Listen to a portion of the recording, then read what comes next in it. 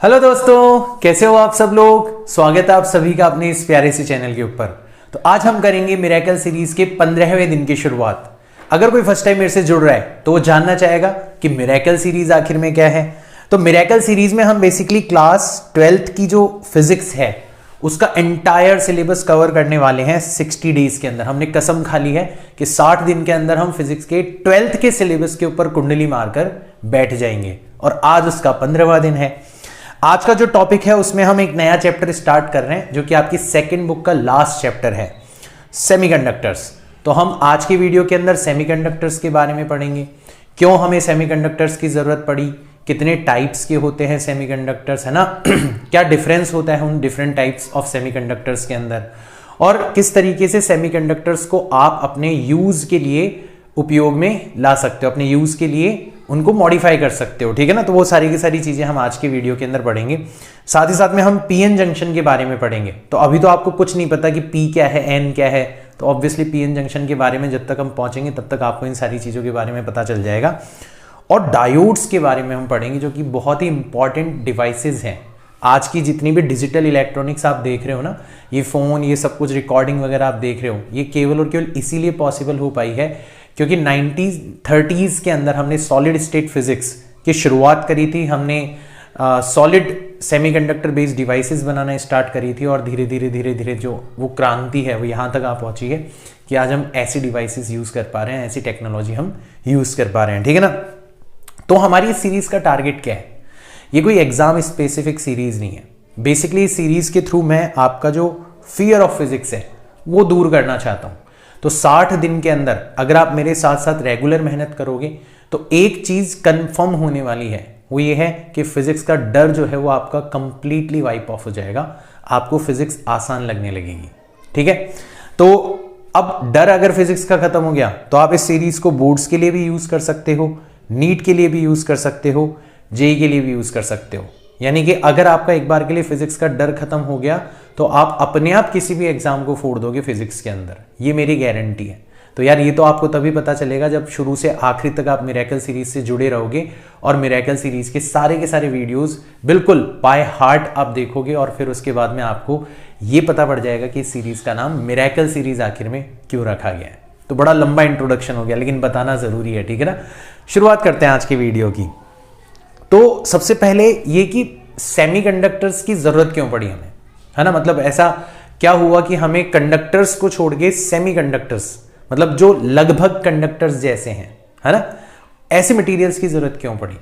तो पर्पस जानना पड़ेगा हमें सबसे पहले, है ना। तो बेसिकली कंडक्टर्स के अंदर हमने ये देखा कि हम जैसे उनके अक्रॉस पोटेंशियल डिफरेंस अप्लाई करते हैं उनके अंदर से करंट फ्लो होने लगती है। अब कितनी करंट फ्लो होगी वो डिपेंड करता है उनके रेजिस्टेंस के ऊपर, रेजिस्टेंस डिपेंड करता है टेम्परेचर के ऊपर। तो अपन बहुत ज़्यादा कंट्रोल नहीं कर सकते। आप कंडक्टर्स के अंदर फ्लो होने वाले इलेक्ट्रॉन्स को बहुत ज़्यादा हद तक कंट्रोल नहीं कर सकते। और इंसानों की शुरू से आदत रही है कि आपको चीज़ों को कंट्रोल करना पसंद है। ठीक है। आप कंट्रोल करोगे तभी तो आप उसकी डिफरेंट एप्लीकेशंस बना पाओगे। तो हम लोग कुछ ऐसा करना चाह रहे थे कि हम इलेक्ट्रॉन्स के फ्लो को कंट्रोल कर पाएं और कंडक्टर्स हमारा बिल्कुल भी साथ नहीं दे रहे थे। So in conductors we can not control the flow of electron, that is understood. हमें पता पड़ गया समस्या कहां पर है। तो हमने ऐसी चीजों को ढूंढना चालू किया जिनके अंदर हम इलेक्ट्रॉन्स के फ्लो को कंट्रोल कर सके। और सबसे पहले जिस चीज का उपयोग हमने किया वो थी हमारी वैक्यूम ट्यूब्स, जिसके अंदर एक कैथोड होता था, एक एनोड होता था। वैक्यूम ट्यूब्स के अंदर उनको रखा जाता था ताकि जो इलेक्ट्रॉन्स बह रहे हैं कैथोड से एनोड की तरफ वो किसी भी चीज से ना टकराएं और तभी आप उनके फ्लो को जो है स्पेसिफिकली कंट्रोल कर पाओगे।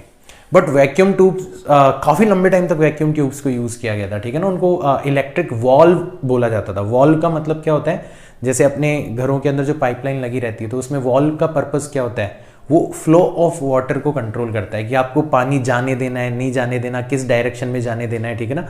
इन सब चीजों को कंट्रोल करने के लिए वॉल्व्स लगे होते हैं। तो इनको इलेक्ट्रिक वॉल्व्स बोला जाता था क्योंकि ये डिसाइड करते थे कि करंट को जाने देना है, नहीं जाने देना है, किस डायरेक्शन में जाने देना है। तो सबसे पहले हमने वैक्यूम ट्यूब्स का यूज करना चालू किया। अब वैक्यूम ट्यूब्स जो है उनके साथ में कुछ परेशानी थी, वो बहुत कम इफिशिएंट डिवाइसेस थी, उनको बहुत ज़्यादा हायर पावर की ज़रूरत पड़ती थी। ठीक है ना।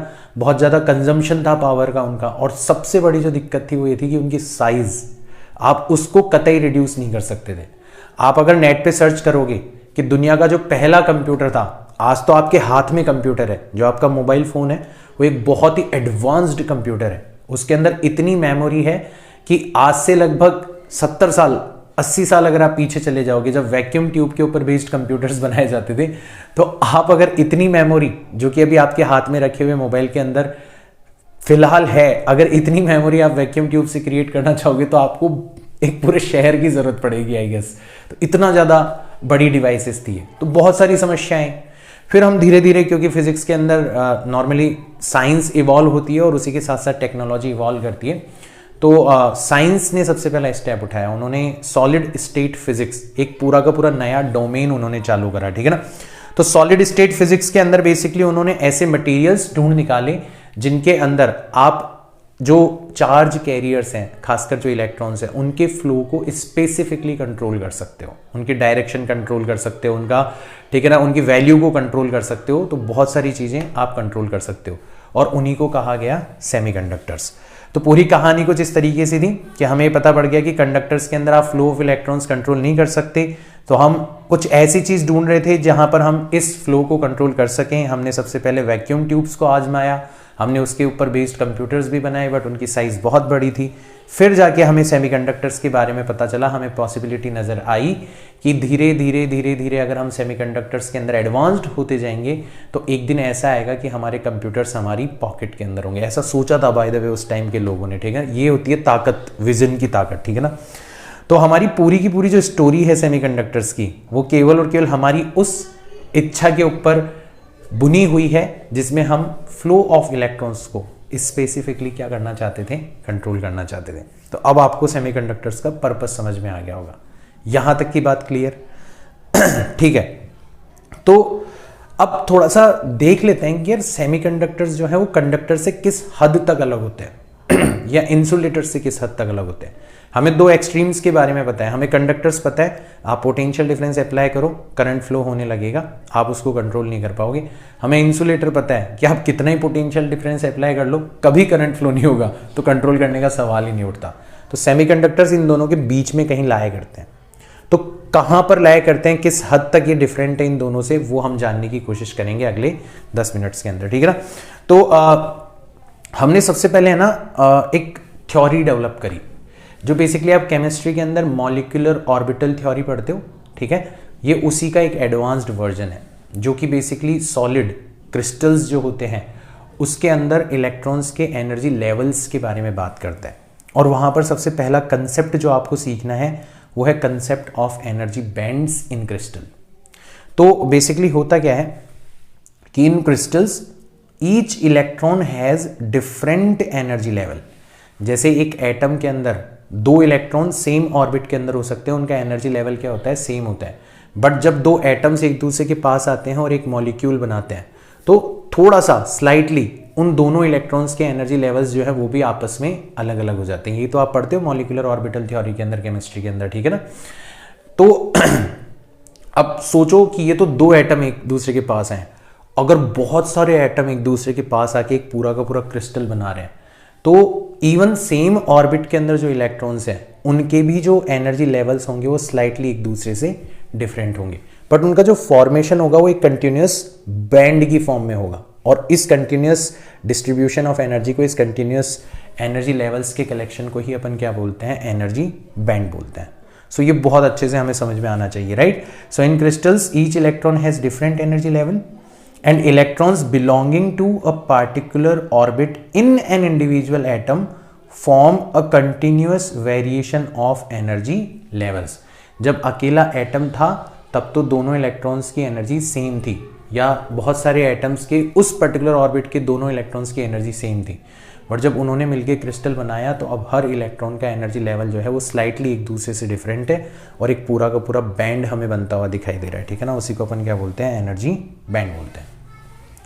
तो यहां पर हमें हर ऑर्बिट से रिलेटेड एनर्जी बैंड के अंदर ज्यादा इंटरेस्ट नहीं है, हमें खासकर दो बैंड्स के अंदर ज्यादा इंटरेस्ट है। एक तो है हमारा वैलेंस बैंड, यानी कि हमारे जो वैलेंस इलेक्ट्रॉन्स हैं उनके द्वारा बनाया गया जो एनर्जी बैंड है वो क्या कहलाता है, आपका वैलेंस बैंड कहलाता है।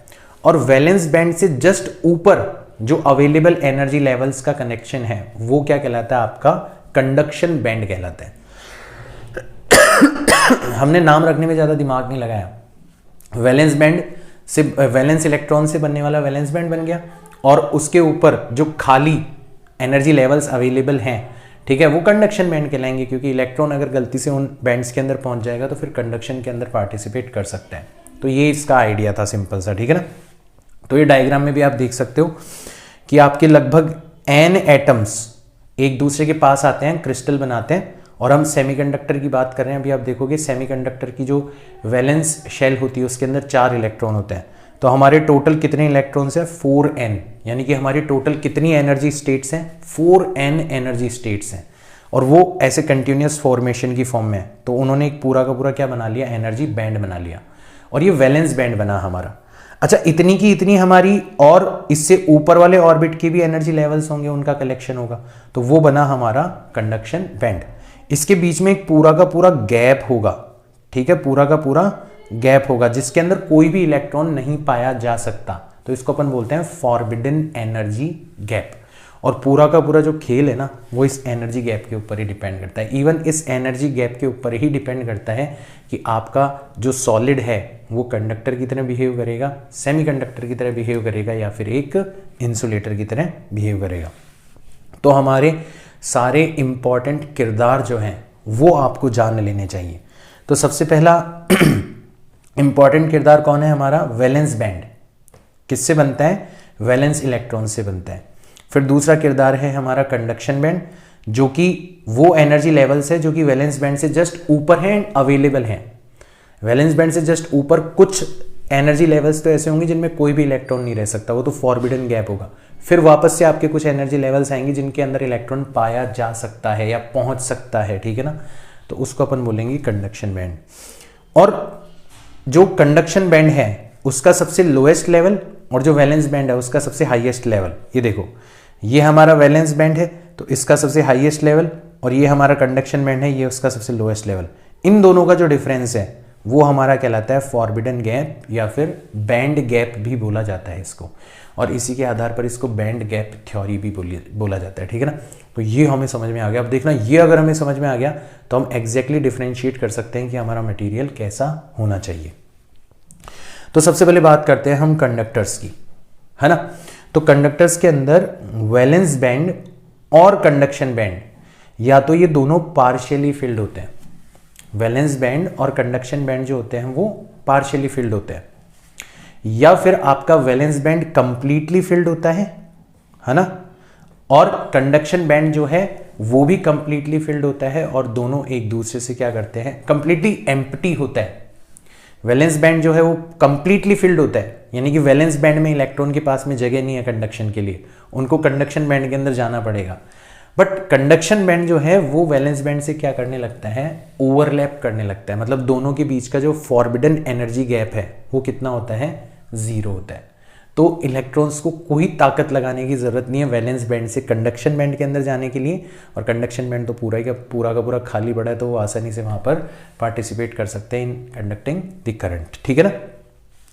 तो या तो हमारा वैलेंस बैंड और कंडक्शन बैंड पार्शियली फिल्ड होगा, देखो आधा आधा खाली है, तो भाई साहब इलेक्ट्रॉन के लिए जगह ही जगह है, इन खाली एनर्जी लेवल्स के अंदर जा सकते हैं, कंडक्शन शो कर सकते हैं, भर भर के कंडक्शन शो कर सकते हैं, ठीक है ना। या फिर हमारा वैलेंस बैंड पूरा भरा हुआ था, कंडक्शन बैंड पूरा खाली था, है ना, और दोनों क्या करने लग गए, एक दूसरे से ओवरलैप करने लग गए। अब आप ये डिफरेंशिएट ही नहीं कर पा रहे कि हमारे इलेक्ट्रॉन वैलेंस बैंड के अंदर है या कंडक्शन बैंड के अंदर है, और यहां पर भी वो भर भर के कंडक्शन शो कर सकते हैं। तो आपका फॉरबिडन एनर्जी गैप 0 होने पर उनको किसी भी प्रकार से एक्सटर्नल एनर्जी की जरूरत नहीं है, जस्ट आपको पोटेंशियल डिफरेंस अप्लाई करना है, वो कंडक्शन शो करने लगेंगे। तो ये हमारे कंडक्टर्स की हालत हो गई। अगर अपन बात करें इंसुलेटर्स की, तो इसके अंदर वैलेंस बैंड तो कंप्लीटली फिल्ड होता है ना, कंडक्शन बैंड कंप्लीटली एम्प्टी होता है, खाली होता है। अब आप बोलोगे सर ये तो बड़ी आसान सी सिचुएशन है, वैलेंस बैंड से इलेक्ट्रॉन पहुंच जाएंगे कंडक्शन बैंड के अंदर, कंडक्शन बैंड पूरा खाली है, और वैसे ही कंडक्टर्स की तरह यहाँ पे भी वो कंडक्शन शो कर पाएंगे। बट ऐसा नहीं हो पाएगा, क्यों? क्योंकि अब की बार जो फॉरबिडन एनर्जी गैप है ना वो बहुत ज़्यादा है, it is greater than 3 electron volt. तो अगर आपका बैंड गैप 3 इलेक्ट्रॉन वोल्ट से ज़्यादा होता है तो इलेक्ट्रॉन्स को वैलेंस बैंड से कंडक्शन बैंड के अंदर पहुंचाना बहुत मुश्किल हो जाता है, यानी कि आपकी जो कंडक्टिविटी की वैल्यू है वो बहुत कम होगी, रेजिस्टिविटी की जो वैल्यू है वो बहुत ज़्यादा होगी। यानी कि कुल मिला के आपके ये वाले जो मटेरियल्स हैं वो कंडक्शन शो नहीं करेंगे, ठीक है ना। तो ये हमारे इंसुलेटर्स हो गए, ठीक है। अब अपन बात करते हैं हमारे सेमीकंडक्टर्स की। तो सेमीकंडक्टर्स के अंदर क्या होता है, again valence band completely filled होता है जैसे इंसुलेटर्स के अंदर था, और कंडक्शन बैंड कंप्लीटली एम्प्टी होता है जैसे इंसुलेटर के अंदर था। तो दिखने में तो ये इंसुलेटर जैसे ही है ना। और इनफैक्ट 0 केल्विन पर, 0 केल्विन टेम्परेचर सेमीकंडक्टर जो है वो इंसुलेटर की तरह ही बिहेव करते हैं, है ना। लेकिन आप हल्का सा भी टेम्परेचर बढ़ा देते हो तो फिर इलेक्ट्रॉन्स जो हैं वो बड़ी आसानी से वैलेंस बैंड से कंडक्शन बैंड के अंदर पहुंच जाते हैं। क्यों पहुंच जाते हैं, क्योंकि अब की बार आपका जो बैंड गैप है वो लेस देन 3 इलेक्ट्रॉन वोल्ट होता है। जैसे सिलिकॉन के लिए होता है 1.1 इलेक्ट्रॉन वोल्ट और जर्मेनियम के लिए होता है जस्ट 0.7 इलेक्ट्रॉन वोल्ट। अब ये एनर्जी गैप इतना कम है कि इवन दो आप रूम टेम्परेचर पर भी लेके आ जाओगे ना तो थर्मल एनर्जी को पाके भी आपके इलेक्ट्रॉन जो है वो वैलेंस बैंड से कंडक्शन बैंड के अंदर पहुंच जाएंगे और आसानी से कंडक्शन के अंदर पार्टिसिपेट करने लगेंगे। इसमें एक और चीज इंपॉर्टेंट रोल प्ले करती है कि जब आपके इलेक्ट्रॉन वैलेंस बैंड को छोड़ के कंडक्शन बैंड के अंदर पहुंच जाते हैं तो वो अपने पीछे वैलेंस बैंड के अंदर जो अपना घर है वो खाली करके चले जाते हैं। अब वहां पर जो वैकेंसी ऑफ इलेक्ट्रॉन होती है उसको उस वैलेंस बैंड के जो इलेक्ट्रॉन्स हैं वो कंडक्शन के लिए यूज कर सकते हैं। तो यानी कि जितने इलेक्ट्रॉन वैलेंस बैंड से कंडक्शन बैंड के अंदर पहुंचेंगे उतने ही ज्यादा पॉसिबिलिटी वैलेंस बैंड के अंदर कंडक्शन स्टार्ट होने की बढ़ जाएगी आपकी। तो जो वैकेंसी ऑफ इलेक्ट्रॉन क्रिएट हुई है वो भी आपकी यहां पर कंडक्शन के अंदर पार्टिसिपेट करती है। ये एक एक्स्ट्रा चीज है जो कि सेमीकंडक्टर्स के अंदर होती है, इसको अपन अभी डिटेल में समझेंगे। इस वैकेंसी ऑफ इलेक्ट्रॉन को बोला जाता है होल, ठीक है। और यहीं से फिर ये बिल्कुल जुदा हो जाते हैं कंडक्टर से, ठीक है ना। तो अब अगर आपसे कोई पूछे कि बैंड गैप थ्योरी के आधार पर कंडक्टर्स को, इंसुलेटर्स को और सेमीकंडक्टर्स को सेपरेटली डिस्क्राइब करो, तो अब आपके पास में एक कंप्लीट आइडिया आ चुका है कि कंडक्टर्स जो होते हैं उनके अंदर कोई एनर्जी गैप नहीं होता, है ना। जो हमारे इंसुलेटर्स होते हैं उनके अंदर एनर्जी गैप जो होता है, बैंड गैप जो होता है वो बहुत ज़्यादा होता है, ग्रेटर देन 3 इलेक्ट्रॉन वोल्ट होता है। और रही बात सेमीकंडक्टर्स की, तो सेमीकंडक्टर्स के अंदर जो फॉरबिडन बैंड गैप होता है, जो फॉरबिडन एनर्जी गैप होता है वो लेस देन 3 इलेक्ट्रॉन वोल्ट होता है। इवन सिलिकॉन और जर्मेनियम के लिए आपको याद भी रख लेना चाहिए, ठीक है। तो ये चीज़ हमें अच्छे से पता चल गई। अब यहाँ पर एक चीज़ नोटिस करो आप कि नॉर्मली जब हम कंडक्टर्स की बात करते हैं तो कंडक्टर्स के लिए टेम्परेचर बढ़ाने पर, है ना, टेम्परेचर बढ़ाने पर रेजिस्टेंस बढ़ता है, कंडक्टिविटी जो है वो घट जाती है। यानी कि उनका जो टेम्परेचर कॉफिशिएंट होता है वो पॉजिटिव होता है, ठीक है ना। ये अक्सर क्वेश्चन पूछा जाता है। तो जो टेम्परेचर कॉफिशिएंट होता है, टेम्परेचर कॉफिशिएंट होता है, ये हम करंट इलेक्ट्रिसिटी में पढ़ेंगे, आपने पढ़ रखा होगा आई होप, ठीक है ना। अगर नहीं पढ़ रहा होगा तो थोड़ा बहुत आइडिया मैं दे देता हूँ। टेम्परेचर कॉफिशिएंट का मतलब ये है कि आप जब टेम्परेचर बढ़ा रहे हो तो आपका रेजिस्टेंस कितना बढ़ रहा है, ठीक है। आपने एक फॉर्मूला पढ़ा होगा, अगर नहीं पढ़ा होगा तो एक बार एज अ फैक्ट इसको सुन लो कि डेल्टा आर जो होता है, मतलब रेजिस्टेंस के अंदर आने वाला चेंज ड्यू टू टेम्परेचर, वो alpha times R times delta T के इक्वल होता है। तो यहाँ पर जो एल्फा है वो हमारा टेम्परेचर कॉफिशिएंट कहलाता है, और एल्फा जो होगा वो हो जाएगा basically delta R upon R times delta T, है ना। तो जो हमारा टेम्परेचर कॉफिशिएंट होता है वो होता है delta R upon original resistance times delta T. तो आप देखोगे कंडक्टर्स के लिए,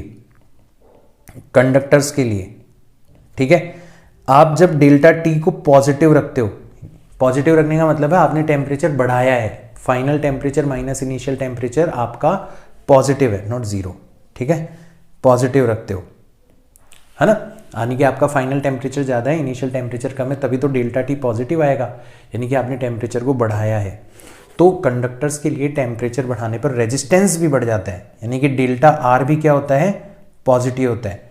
इसका मतलब अल्फा भी क्या होता है, इनका पॉजिटिव होता है। जबकि आप अगर सेमीकंडक्टर्स के बारे में बात करो, तो आप जब टेम्परेचर बढ़ाते हो, अभी अभी आपने देखा था कि 0 केल्विन पर तो सेमीकंडक्टर्स इंसुलेटर की तरह बिहेव करते हैं, क्योंकि वैलेंस बैंड के अंदर जो इलेक्ट्रॉन्स फंसे हुए हैं उनके पास में, विचारों के पास में एनर्जी ही नहीं है कि वो कंडक्शन बैंड के अंदर पहुंच जाएं। बट जैसे जैसे जैसे आप टेम्परेचर बढ़ाओगे तो उनको थर्मल एनर्जी मिलेगी, ज़्यादा से ज़्यादा इलेक्ट्रॉन्स कंडक्शन बैंड के अंदर पहुंचेंगे, ज़्यादा से ज़्यादा घर खाली होंगे वैलेंस बैंड के अंदर, ज़्यादा से ज़्यादा होल्स क्रिएट होंगे, ज़्यादा से ज़्यादा कंडक्टिविटी आपकी इंक्रीज होगी, यानी कि ज़्यादा से ज़्यादा रेजिस्टेंस आपका डिक्रीज हो जाएगा। तो इनके लिए जो डेल्टा आर होता है वो नेगेटिव होता है, यानी कि इनका जो अल्फा होता है वो क्या होता है, नेगेटिव होता है।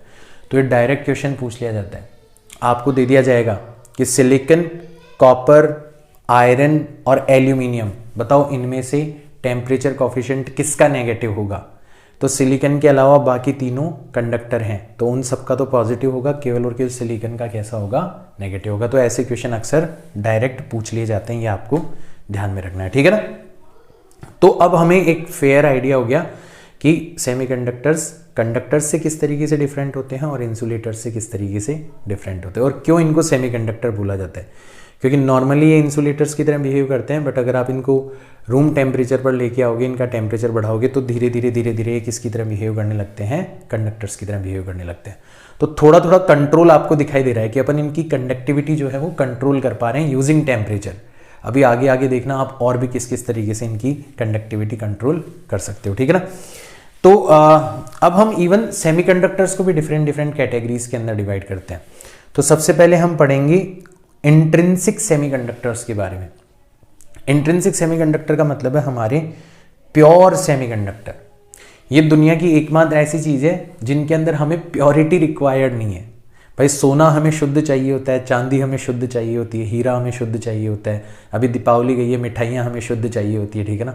बट सेमीकंडक्टर हमें शुद्ध नहीं चाहिए होता है। क्यों? क्योंकि वो हमारे किसी भी काम के नहीं है, ठीक है। तो जैसे अगर मैं सिलिकॉन की बात करूं या जर्मेनियम की बात करूं, जिनके आउटर मोस्ट शेल के अंदर 4 इलेक्ट्रॉन्स हैं, तो उनकी लैटिस का स्ट्रक्चर कैसा होता है कि हर सिलिकॉन एटम जो होता है वो अपने आसपास 4 सिलिकॉन एटम्स के द्वारा क्या बना लेता है, कोवेलेंट बॉन्ड बना लेता है। देखो यहाँ पर ये रहा, तो ये हमारा सिलिकॉन एटम है, इसके पास में 4 इलेक्ट्रॉन थे, 1 2 3 4। इसको अपना ऑक्टेट पूरा करना था, तो एक इसने इससे ले लिया, एक इसने इससे ले लिया, एक इसने इससे ले लिया और एक इसने इससे ले लिया, ऑक्टेट पूरा हो गया। इसी तरीके से इसने अपने आसपास 4 सिलिकॉन एटम से कोवेलेंट बॉन्ड बना लिया और ऐसी पूरी की पूरी इनकी लैटिस स्ट्रक्चर बनती चली जाती है ना। तो ये हमारा प्योर सेमीकंडक्टर है, सिलिकॉन के अलावा इसमें कुछ भी नहीं है, ये हमारा इंट्रिंसिक सेमीकंडक्टर कहलाता है। अब इसमें क्या होता है कि जैसे ही आप थोड़ा सा टेम्परेचर बढ़ाते हो, 0 केल्विन से हल्का सा भी आप टेम्परेचर बढ़ाते हो, लेट से आप रूम टेम्परेचर पर लेके आ गए, वैसे 0 केल्विन और रूम टेम्परेचर में काफ़ी डिफरेंस है, बट आइडियली अपन बात करें तो मान लो रूम टेम्परेचर पर अपनों प्योर सेमीकंडक्टर, इंट्रिंसिक सेमीकंडक्टर को रखा, तो क्या होगा, तो आप देखोगे कि इसका जो एक इलेक्ट्रॉन है, अब ये जो कोवेलेंट बॉन्ड के अंदर जो इलेक्ट्रॉन्स आपको दिख रहे हैं ना, ये बेसिकली सारे के सारे वैलेंस बैंड के अंदर है। अब आपको जैसे थर्मल एनर्जी मिलेगी, वैसे ही एक इलेक्ट्रॉन जो होगा वो उस एनर्जी को पाके क्या हो जाएगा, आज़ाद हो जाएगा। आज़ाद होने का मतलब है वो फॉरबिडन बैंड गैप को क्रॉस करके कहाँ पर पहुंच जाएगा, कंडक्शन बैंड के अंदर पहुंच जाएगा, फ्री इलेक्ट्रॉन कहलाएगा, वो कंडक्ट कर सकता है। तो उसको अपन बोलते हैं thermally generated free electron. I hope आपको दिख रहा होगा, थर्मली जनरेटेड फ्री इलेक्ट्रॉन, है ना। अच्छा, अपने पीछे वो वैकेंसी ऑफ इलेक्ट्रॉन छोड़ गया, अपने पीछे वो वैकेंसी ऑफ इलेक्ट्रॉन छोड़ गया, उसको अपन बोलते हैं होल। अब ये होल देखना किस तरीके से कंट्रीब्यूट करते हैं कंडक्शन के अंदर।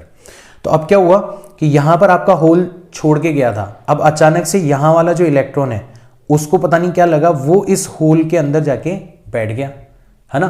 तो एक तरीके से इसके इलेक्ट्रॉन ने कंडक्शन किया और अब इस होल को इस वाले इलेक्ट्रॉन ने अगर फिल कर लिया तो आपकी बार यहां पर होल हो गया। तो आप यूं कह सकते हो कि या तो इलेक्ट्रॉन जो है वो एक जगह से दूसरी जगह जा रहा है, और इसको कहने का एक उल्टा तरीका ये भी तो हो गया कि होल जो है वो आपका एक जगह से दूसरी जगह जा रहा है। तो यहाँ पे जो वैकेंसी ऑफ इलेक्ट्रॉन है, ये एक हाइपोथेटिकल पार्टिकल की तरह बिहेव कर रहे हैं, हमें ऐसा लग रहा है कि यार ये भी कंडक्शन शो कर रहे हैं। अगर अपन एनर्जी गैप के नज़रिए से देखें तो होल्स क्या है, बेसिकली हमारे वैलेंस बैंड के अंदर छोड़े गए वो एनर्जी लेवल्स जिसपे पहले इलेक्ट्रॉन बैठा था, बट अब वो फॉरबिडन बैंड गैप को क्रॉस करके कहाँ जा चुका है, कंडक्शन बैंड के अंदर जा चुका है। तो हमारा वैलेंस बैंड थोड़ा खाली हो गया और उस खाली जगह पर हमारे जो रिमेनिंग इलेक्ट्रॉन्स है वो कंडक्शन शो कर सकते हैं, या यूँ कह सकते हो कि वो जो होल्स है वो कंडक्शन के अंदर पार्टिसिपेट कर सकते हैं। और यही पूरा का पूरा फंडा जो है आपको यहाँ पर दिखाई दे रहा है। तो अगर आप एक इंट्रिंसिक सेमीकंडक्टर की बात करते हो तो इंडीड इसके अंदर जो करंट फ्लो होती है वो इलेक्ट्रॉन्स की वजह से फ्लो होने वाली करंट और होल्स की वजह से फ्लो होने वाली करंट दोनों के सम के इक्वल होती है, दोनों के सम के इक्वल होती है। अगर आपसे कोई पूछे कि बताओ इसकी नेट कंडक्टिविटी कितनी होती है, तो इसकी नेट कंडक्टिविटी होती है, तो कंडक्टिविटी जो है ना उसका फॉर्मूला होता है, ये होती है कैरियर डेंसिटी। ये होता है हर चार्ज कैरियर का चार्ज। तो नॉर्मली चार्ज कैरियर या तो आपका इलेक्ट्रॉन होगा या फिर होल होगा, ठीक है ना। और ये होता है उसकी मोबिलिटी। अब एक तो हमारा रियल पार्टिकल है ना, उसकी मोबिलिटी अलग होगी, और एक हमारे हाइपोथेटिकल पार्टिकल के बारे में बात कर रहे हैं, उसकी मोबिलिटी अलग होगी। मोबिलिटी का मतलब है कि इलेक्ट्रिक फील्ड अप्लाई किए जाने पर कितने मोबाइल हैं आपके चार्ज कैरियर्स। कुछ चार्ज कैरियर्स बड़ी आसानी से मूव कर सकते हैं, कुछ चार्ज कैरियर्स को बड़ा जोर आता है एक जगह से दूसरी जगह तक मूव करने के अंदर, ठीक है ना। तो अब यहाँ पर हमारे दो तरीके के चार्ज कैरियर्स हैं। एक तो है हमारे इलेक्ट्रॉन्स, है ना, तो उनकी जो मोबिलिटी होगी वो अलग होगी, और एक है हमारे होल्स और उनकी जो मोबिलिटी है वो अलग होगी, ठीक है ना। तो ये दोनों को मिला के, इसको और इसको दोनों को मिला के फिर हमारी टोटल कंडक्टिविटी हमें मिलेगी। तो इंट्रिंसिक सेमीकंडक्टर की कंडक्टिविटी जो होती है उसका फॉर्मूला आप ध्यान रख सकते हो, ठीक है। इसमें दोनों ही पार्टिसिपेट कर रहे हैं, होल्स भी पार्टिसिपेट कर रहे हैं और इलेक्ट्रॉन्स भी पार्टिसिपेट कर रहे हैं।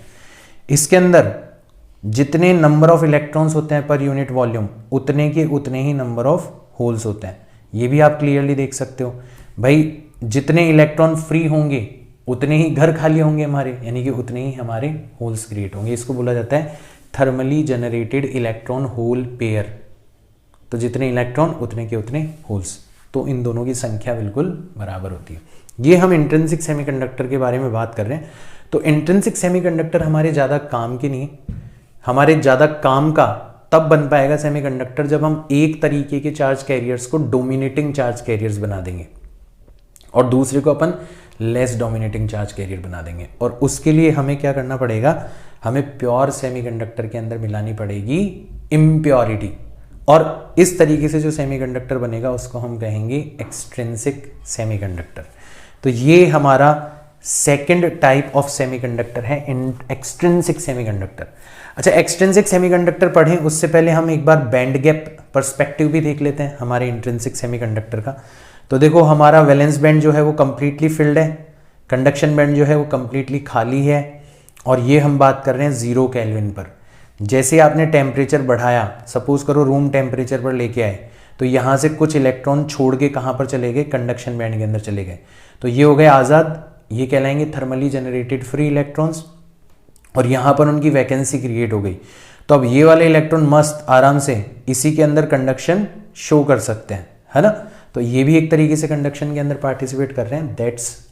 दीज आर होल्स, जिन होल्स की अपन बात कर रहे हैं वही ये होल्स हैं, ठीक है ना। तो अगर अपन एनर्जी गैप के अंदर देखें तो ये बेसिकली होल है। जब कभी मैं आपसे कहूंगा कि एक इलेक्ट्रॉन एक होल से मिलके एक दूसरे को खत्म कर रहे हैं, तो उसका मतलब एनर्जी गैप की टर्म्स में आप क्या समझोगे, इलेक्ट्रॉन का होल से मिलना, यानी कि इलेक्ट्रॉन का वापस से इस फॉरबिडन गैप को क्रॉस करके वैलेंस बैंड के अंदर आ जाना। और इस प्रोसेस के अंदर एक फोटोन रिलीज होता है।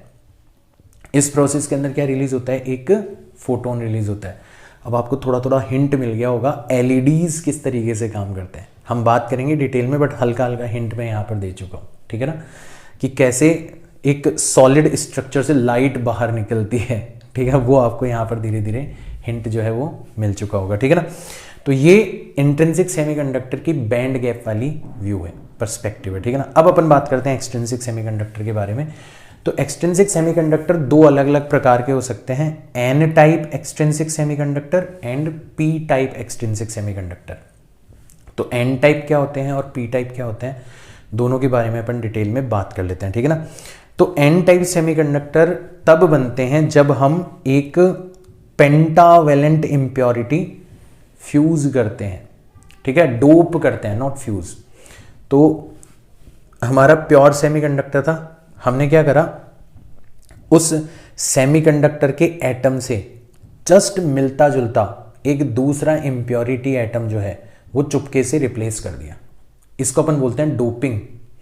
तो हमने यहां पर जो सिलिकॉन था, इसके पड़ोसियों को पता भी नहीं चला, है ना, इसके पड़ोसियों को पता भी नहीं चला, आपने चुपके से इस सिलिकॉन एटम को किससे रिप्लेस कर दिया, एक पेंटावेलेंट इम्प्योरिटी से रिप्लेस कर दिया, ठीक है।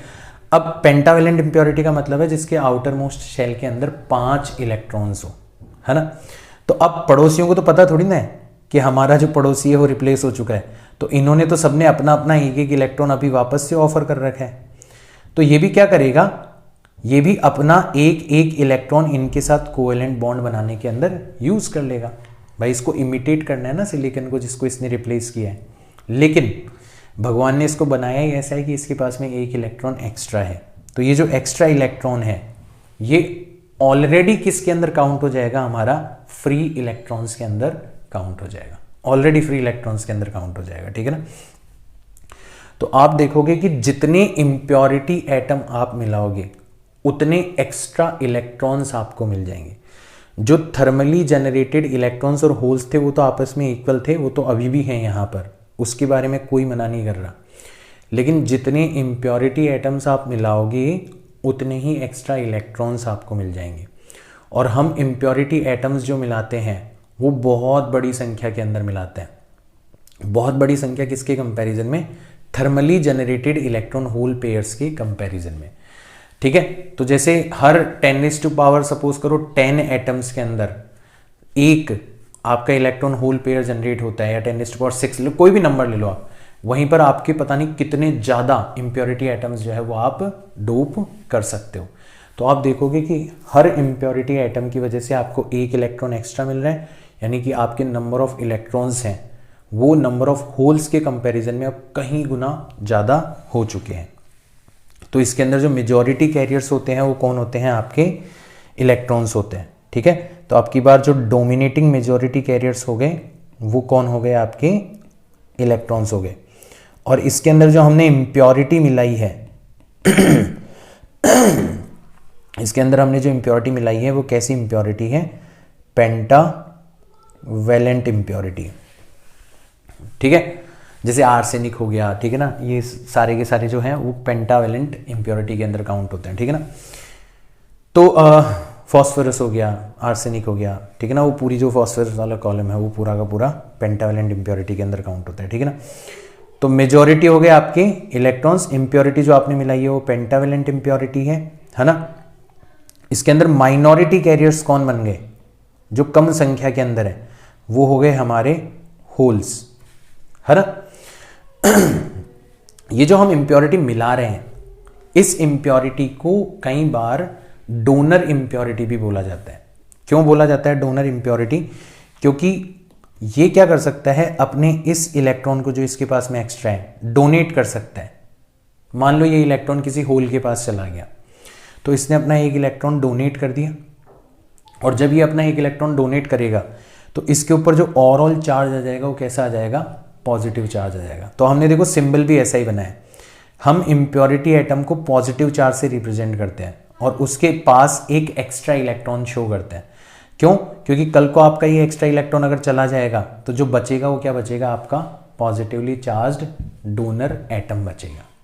लेकिन इससे ये गलतफहमी बच्चों के अंदर क्रिएट हो जाती है कि इसके ऊपर जो नेट चार्ज है वो पॉजिटिव होना चाहिए, या कई बच्चे नाम से कंफ्यूज हो जाते हैं। एन टाइप का मतलब है नेट चार्ज इसके ऊपर नेगेटिव होना चाहिए, जबकि मैं आपको क्लियरली बताता हूँ कि इसका जो नेट चार्ज है वो स्टिल कितना होता है, इसका जो ओवरऑल चार्ज होता है वो स्टिल कितना होता है, 0 होता है। क्योंकि जितने आपके डोनर एटम्स हैं उतने ही आपके एक्स्ट्रा इलेक्ट्रॉन्स भी हैं। जितने आपके डोनर एटम्स है उतने ही आपके एक्स्ट्रा इलेक्ट्रॉन्स भी हैं, तो आपका ओवरऑल चार्ज जो है वो अभी भी कितना है, 0 है। तो उसके अंदर आपको कंफ्यूज होने की ज़रूरत नहीं है। अगर आप इनका बैंड गैप पर्सपेक्टिव देखोगे कि बैंड गैप की अगर टर्म्स में बात करें तो यहाँ पर क्या हुआ, तो बेसिकली यहाँ पर ये हुआ कि ये हमारे सेमीकंडक्टर का वैलेंस बैंड था, है ना, ये हमारे सेमीकंडक्टर का कंडक्शन बैंड था, है ना। अब हुआ क्या कि जो हमने डोनर एटम मिलाया है उसका जो एनर्जी लेवल है वो जस्ट हमारे कंडक्शन लेवल से कितना नीचे है, लगभग 0.01 इलेक्ट्रॉन वोल्ट नीचे।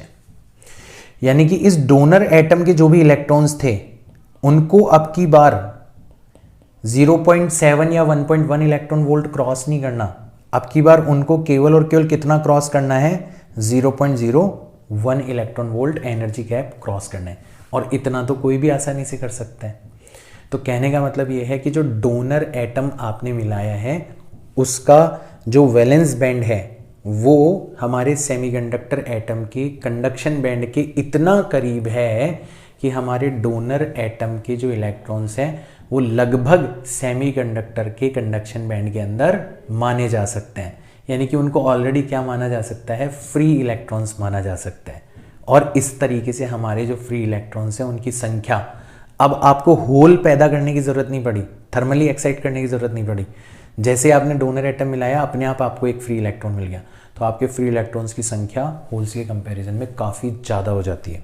तो ये आपकी बैंड गैप पर्सपेक्टिव होगी एन टाइप एक्सट्रिंसिक सेमीकंडक्टर्स के बारे में, ठीक है ना।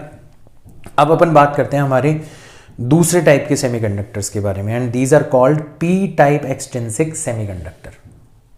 पी टाइप एक्सट्रिंसिक सेमीकंडक्टर, तो इसके अंदर आप क्या करते हो, पड़ोसियों को पता नहीं चलने देते और चुपके से जो एक सिलिकॉन एटम है उसको रिप्लेस कर देते हो एक ट्राईवैलेंट इम्प्योरिटी के द्वारा, ठीक है। जो एल्यूमिनियम और ये वाला जो कॉलम है, ठीक है ना, बोरोन एल्यूमिनियम वाला, वो वाला जो कॉलम है उसका कोई भी एक एटम उठा लो आप, ठीक है ना, सेम साइज वाला होना चाहिए, ठीक है ना। सिलिकॉन है तो सिलिकॉन के सेम साइज का, जर्मेनियम है तो जर्मेनियम के सेम साइज का, तो वो हम यहाँ पर चुपके से रिप्लेस कर देते हैं।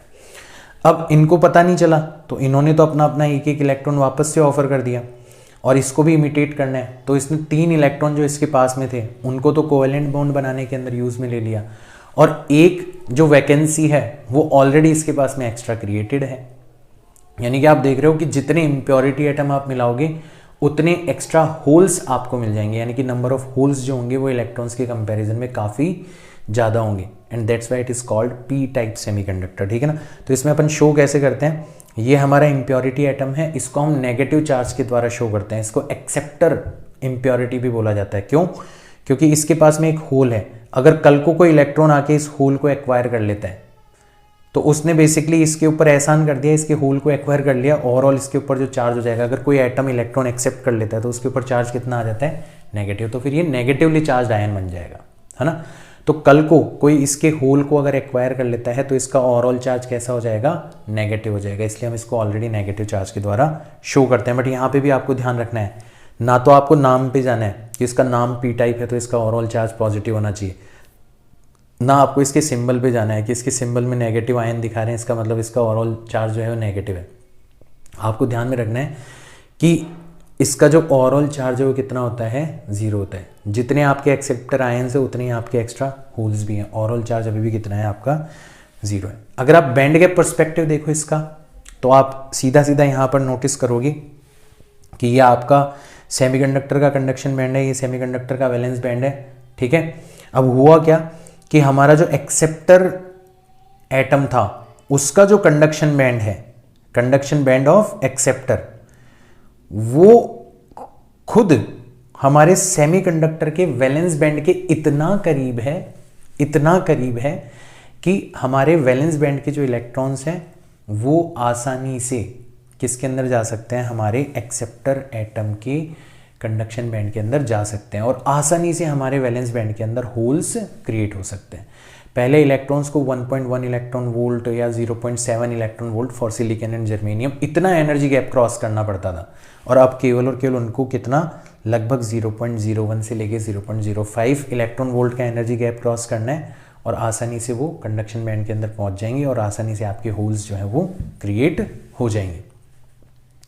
ठीक है, तो ये बहुत इंपॉर्टेंट है, ध्यान रखना। वहां पर डोनर एटम का जो वैलेंस बैंड था वो बहुत करीब पहुंच गया था हमारे सेमीकंडक्टर के कंडक्शन बैंड के और यहाँ पर एक्सेप्टर एटम जो है उसका कंडक्शन बैंड बहुत करीब पहुंच गया हमारे वैलेंस बैंड के। तो ओवरऑल इन्होंने हमारा जो बैंड गैप है वो घटा दिया और हमारे इलेक्ट्रॉन्स का या होल्स का जो जनरेशन है उसको आसान बना दिया। तो जो एक्स्ट्रा इलेक्ट्रॉन्स मिल रहे हैं, जो एक्स्ट्रा होल्स मिल रहे हैं, वो बेसिकली इस करामात की वजह से मिल रहे हैं, अगर हम बैंड गैप थ्योरी के पर्सपेक्टिव से इसको देखें तो। ठीक है ना, तो ये हमारे पी टाइप एक्सट्रिंसिक सेमीकंडक्टर हो गए। तो इसके अंदर कोई पूछे बताओ मेजॉरिटी चार्ज कैरियर्स कौन से होते हैं, है ना, इसके अंदर मेजॉरिटी चार्ज कैरियर्स कौन से होते हैं, तो आप बता दोगे होल्स होते हैं। कोई पूछे माइनॉरिटी चार्ज कैरियर्स कौन होते हैं, है ना, तो आप बता दोगे इलेक्ट्रॉन्स होते हैं। कोई पूछे इसका ओवरऑल चार्ज कितना होता है, ये बहुत इंपॉर्टेंट है, स्टिल कितना होता है, 0 होता है। और इसके अंदर जो इम्प्योरिटी मिलाई जाती है वो किस प्रकार की इम्प्योरिटी होती है, वो होती है ट्राई वैलेंट इम्प्योरिटी। ठीक है ना, तो ये चीज़ आपको ध्यान में रखनी है। तो कई बार क्वेश्चन डायरेक्ट यहाँ से पूछे गए, कई बार आपको कुछ भी एक्स्ट्रा नहीं पूछा जाएगा, डायरेक्ट इस इंफॉर्मेशन के ऊपर बेस्ड आपसे क्वेश्चन पूछा जाएगा और आप हो सकता है इसी के अंदर अटक जाओ। तो ये चीज़ आपको ध्यान में रखनी है। ठीक है ना चलो, तो अब हम समराइज करें हमारी थ्योरी को पूरा का पूरा जो हमने अभी तक पढ़ा है कि टाइप्स ऑफ सेमीकंडक्टर। तो सेमीकंडक्टर्स को ब्रॉडली 2 कैटेगरीज में डिवाइड कर सकते हैं, एक्सट्रिंसिक यानी कि प्योर, और इंट्रिंसिक यानी कि प्योर सेमीकंडक्टर, और एक्सट्रिंसिक यानी कि हमारे सेमीकंडक्टर्स विद इम्प्योरिटी। और एक्सट्रिंसिक सेमीकंडक्टर्स को भी हम 2 कैटेगरीज में डिवाइड कर सकते हैं, पी टाइप अलग, एन टाइप अलग। पी टाइप के अंदर ट्राइवेलेंट इम्प्योरिटी मिलाई जाती है, होल्स मेजॉरिटी के अंदर होते हैं, इलेक्ट्रॉन्स माइनॉरिटी के अंदर होते हैं, ओवरऑल ये न्यूट्रल होते हैं, 0 चार्ज वाले होते हैं। और एन टाइप के अंदर पेंटावेलेंट इम्प्योरिटी मिलाई जाती है, इलेक्ट्रॉन्स मेजॉरिटी के अंदर होते हैं, होल्स माइनॉरिटी के अंदर होते हैं, और ओवरऑल इनका जो चार्ज होता है वो कितना होता है, 0 होता है, ओवरऑल ये न्यूट्रल होते हैं। इसके ऊपर क्वेश्चन पूछे गए हैं आपसे बहुत बार, देखो कैसे क्वेश्चन पूछे गए। तो ये तो हमारा वो कंडक्शन से रिलेटेड क्वेश्चन है। आपसे पूछा गया है what is conductivity of a semiconductor sample having electron concentration of this, hole concentration of this, electron mobility of this and hole mobility of this. तो सारे इंग्रेडिएंट हमारे पास में, हमें इलेक्ट्रॉन कंडक्शन दे रखा है, इलेक्ट्रॉन कंसंट्रेशन दे रखा है Ne कितना 5 × 10⁻18 पर मीटर क्यूब, है ना, पर यूनिट वॉल्यूम कितने इलेक्ट्रॉन्स है। हमें NH दे रखा है 5 × 10⁻19 पर मीटर क्यूब। कोई पूछे कि ये किस प्रकार का सेमीकंडक्टर है, तो इसमें होल्स स्लाइटली ज़्यादा है, यानी ये पी टाइप सेमीकंडक्टर है ना, अगर कोई पूछे तो बता देना। ठीक है, वैसे इतने ज़्यादा भी नहीं है, तो चलो ठीक है। इलेक्ट्रॉन मोबिलिटी यानी कि म्यू ई, ये हमें दे रखा है 2.0 metre square volt inverse second inverse, जो भी इसकी यूनिट है। और होल्स की जो मोबिलिटी है वो हमें दे रखी है 0.01 metre square volt inverse second inverse. ठीक है, हमने फॉर्मूला देखा था कि सेमीकंडक्टर के लिए जो सिग्मा होता है वो होता है Ne times E times mu E plus NH times E, क्योंकि चार्ज तो दोनों का सेम ही होता है, टाइम्स म्यू H। तो E तो बाहर आ गया, मतलब 1.6 × 10⁻19 ये तो बाहर आ गया। Ne हमें दे रखा है 5 × 10⁻18 और म्यू E हमें दे रखा है 2.0, ये हमें दे रखा है 5 × 10⁻19 और ये हमें दे रखा है 0.01। तो जब आप इसको सॉल्व करोगे तो ये हो जाएगा 1.6 × 10⁻19, 5 × 2 करोगे तो आपका बन जाएगा 10, यानी कि ओवरऑल बन जाएगा 10⁻19, और यहाँ पर 5 को इससे मल्टीप्लाई करोगे तो 0.05 × 10⁻19। अब 10⁻19 कॉमन आएगा, -19 से टकराएगा और ओवरऑल एक दूसरे को कैंसिल आउट कर देंगे, तो बचेगा 1.6 × 1.05, और जब इसको मल्टीप्लाई करोगे तो आपका आंसर आ जाएगा 1.68, यानी कि ऑप्शन नंबर ए आपका करेक्ट हो जाएगा। डायरेक्ट फॉर्मूला बेस्ड क्वेश्चन है ना, छोड़ के मत आना ऐसे क्वेश्चंस को, ये ध्यान रखना। ये क्वेश्चंस जो हैं वो अक्सर पूछे जाते हैं, आपको इस प्रकार के क्वेश्चंस जो हैं वो किसी भी कीमत पर नहीं छोड़ दें। ठीक है, नेक्स्ट क्वेश्चन देखते हैं।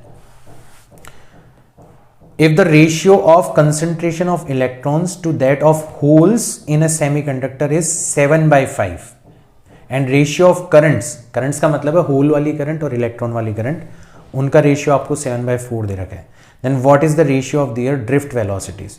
अब आप बोलोगे सर ये तो आपने पढ़ाया ही नहीं, ड्रिफ्ट वेलोसिटी ये पता नहीं कहाँ से आ गए, तो ये सब करंट इलेक्ट्रिसिटी से उठाया गया।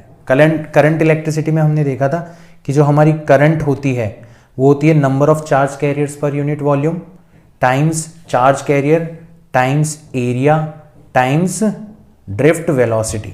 तो अगर अपन इलेक्ट्रॉन की वजह से करंट की बात करें तो ये हो जाएगा NE टाइम्स VDE लिख देते हैं, और अगर अपन होल्स की बात करें तो ये हो जाएगा NH, क्योंकि दोनों का कंसंट्रेशन अलग है, चार्ज तो दोनों का सेम है, साइज जो एरिया ऑफ क्रॉस सेक्शन है वो भी दोनों का सेम होगा, ड्रिफ्ट वेलोसिटी हो सकता है दोनों की अलग हो। तो ये हमारा रेशियो लेंगे तो हो जाएगा IE divided by IH is equals to NE divided by NH multiplied by VDE divided by VDH।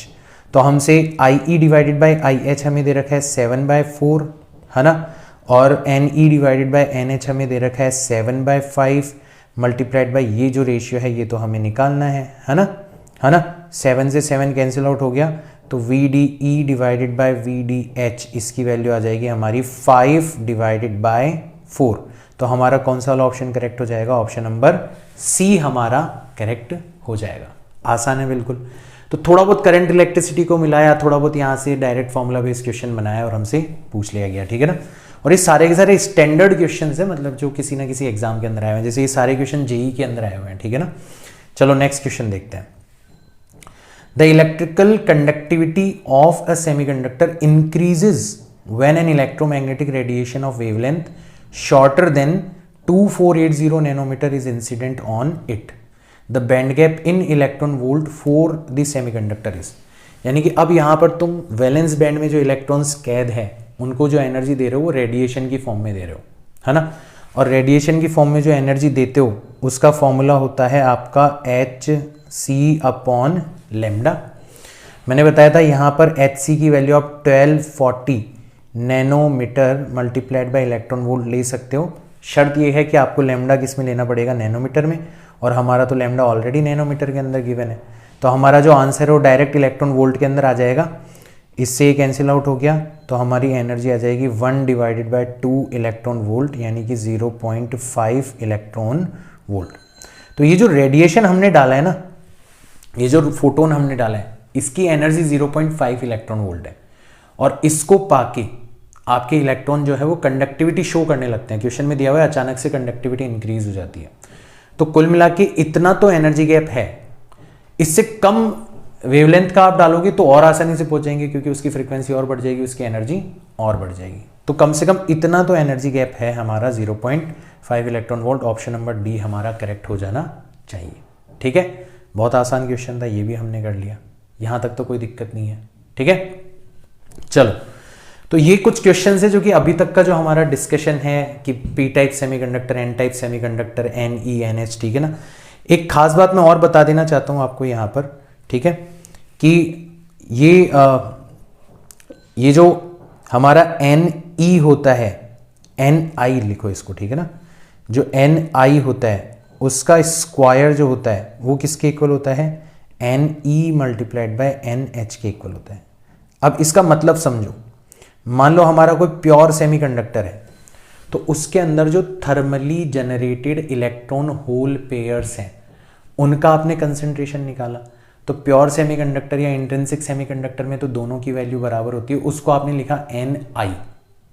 फिर आपने एक बार उस सेमीकंडक्टर में पेंटावेलेंट इम्प्योरिटी मिला के एन टाइप सेमीकंडक्टर बनाया, तो उसमें इलेक्ट्रॉन्स का जो कंसंट्रेशन है वो ज़्यादा हो गया, उसको आपने लिखा NE। So it is concentration of electrons in N type semiconductor, and it is NH।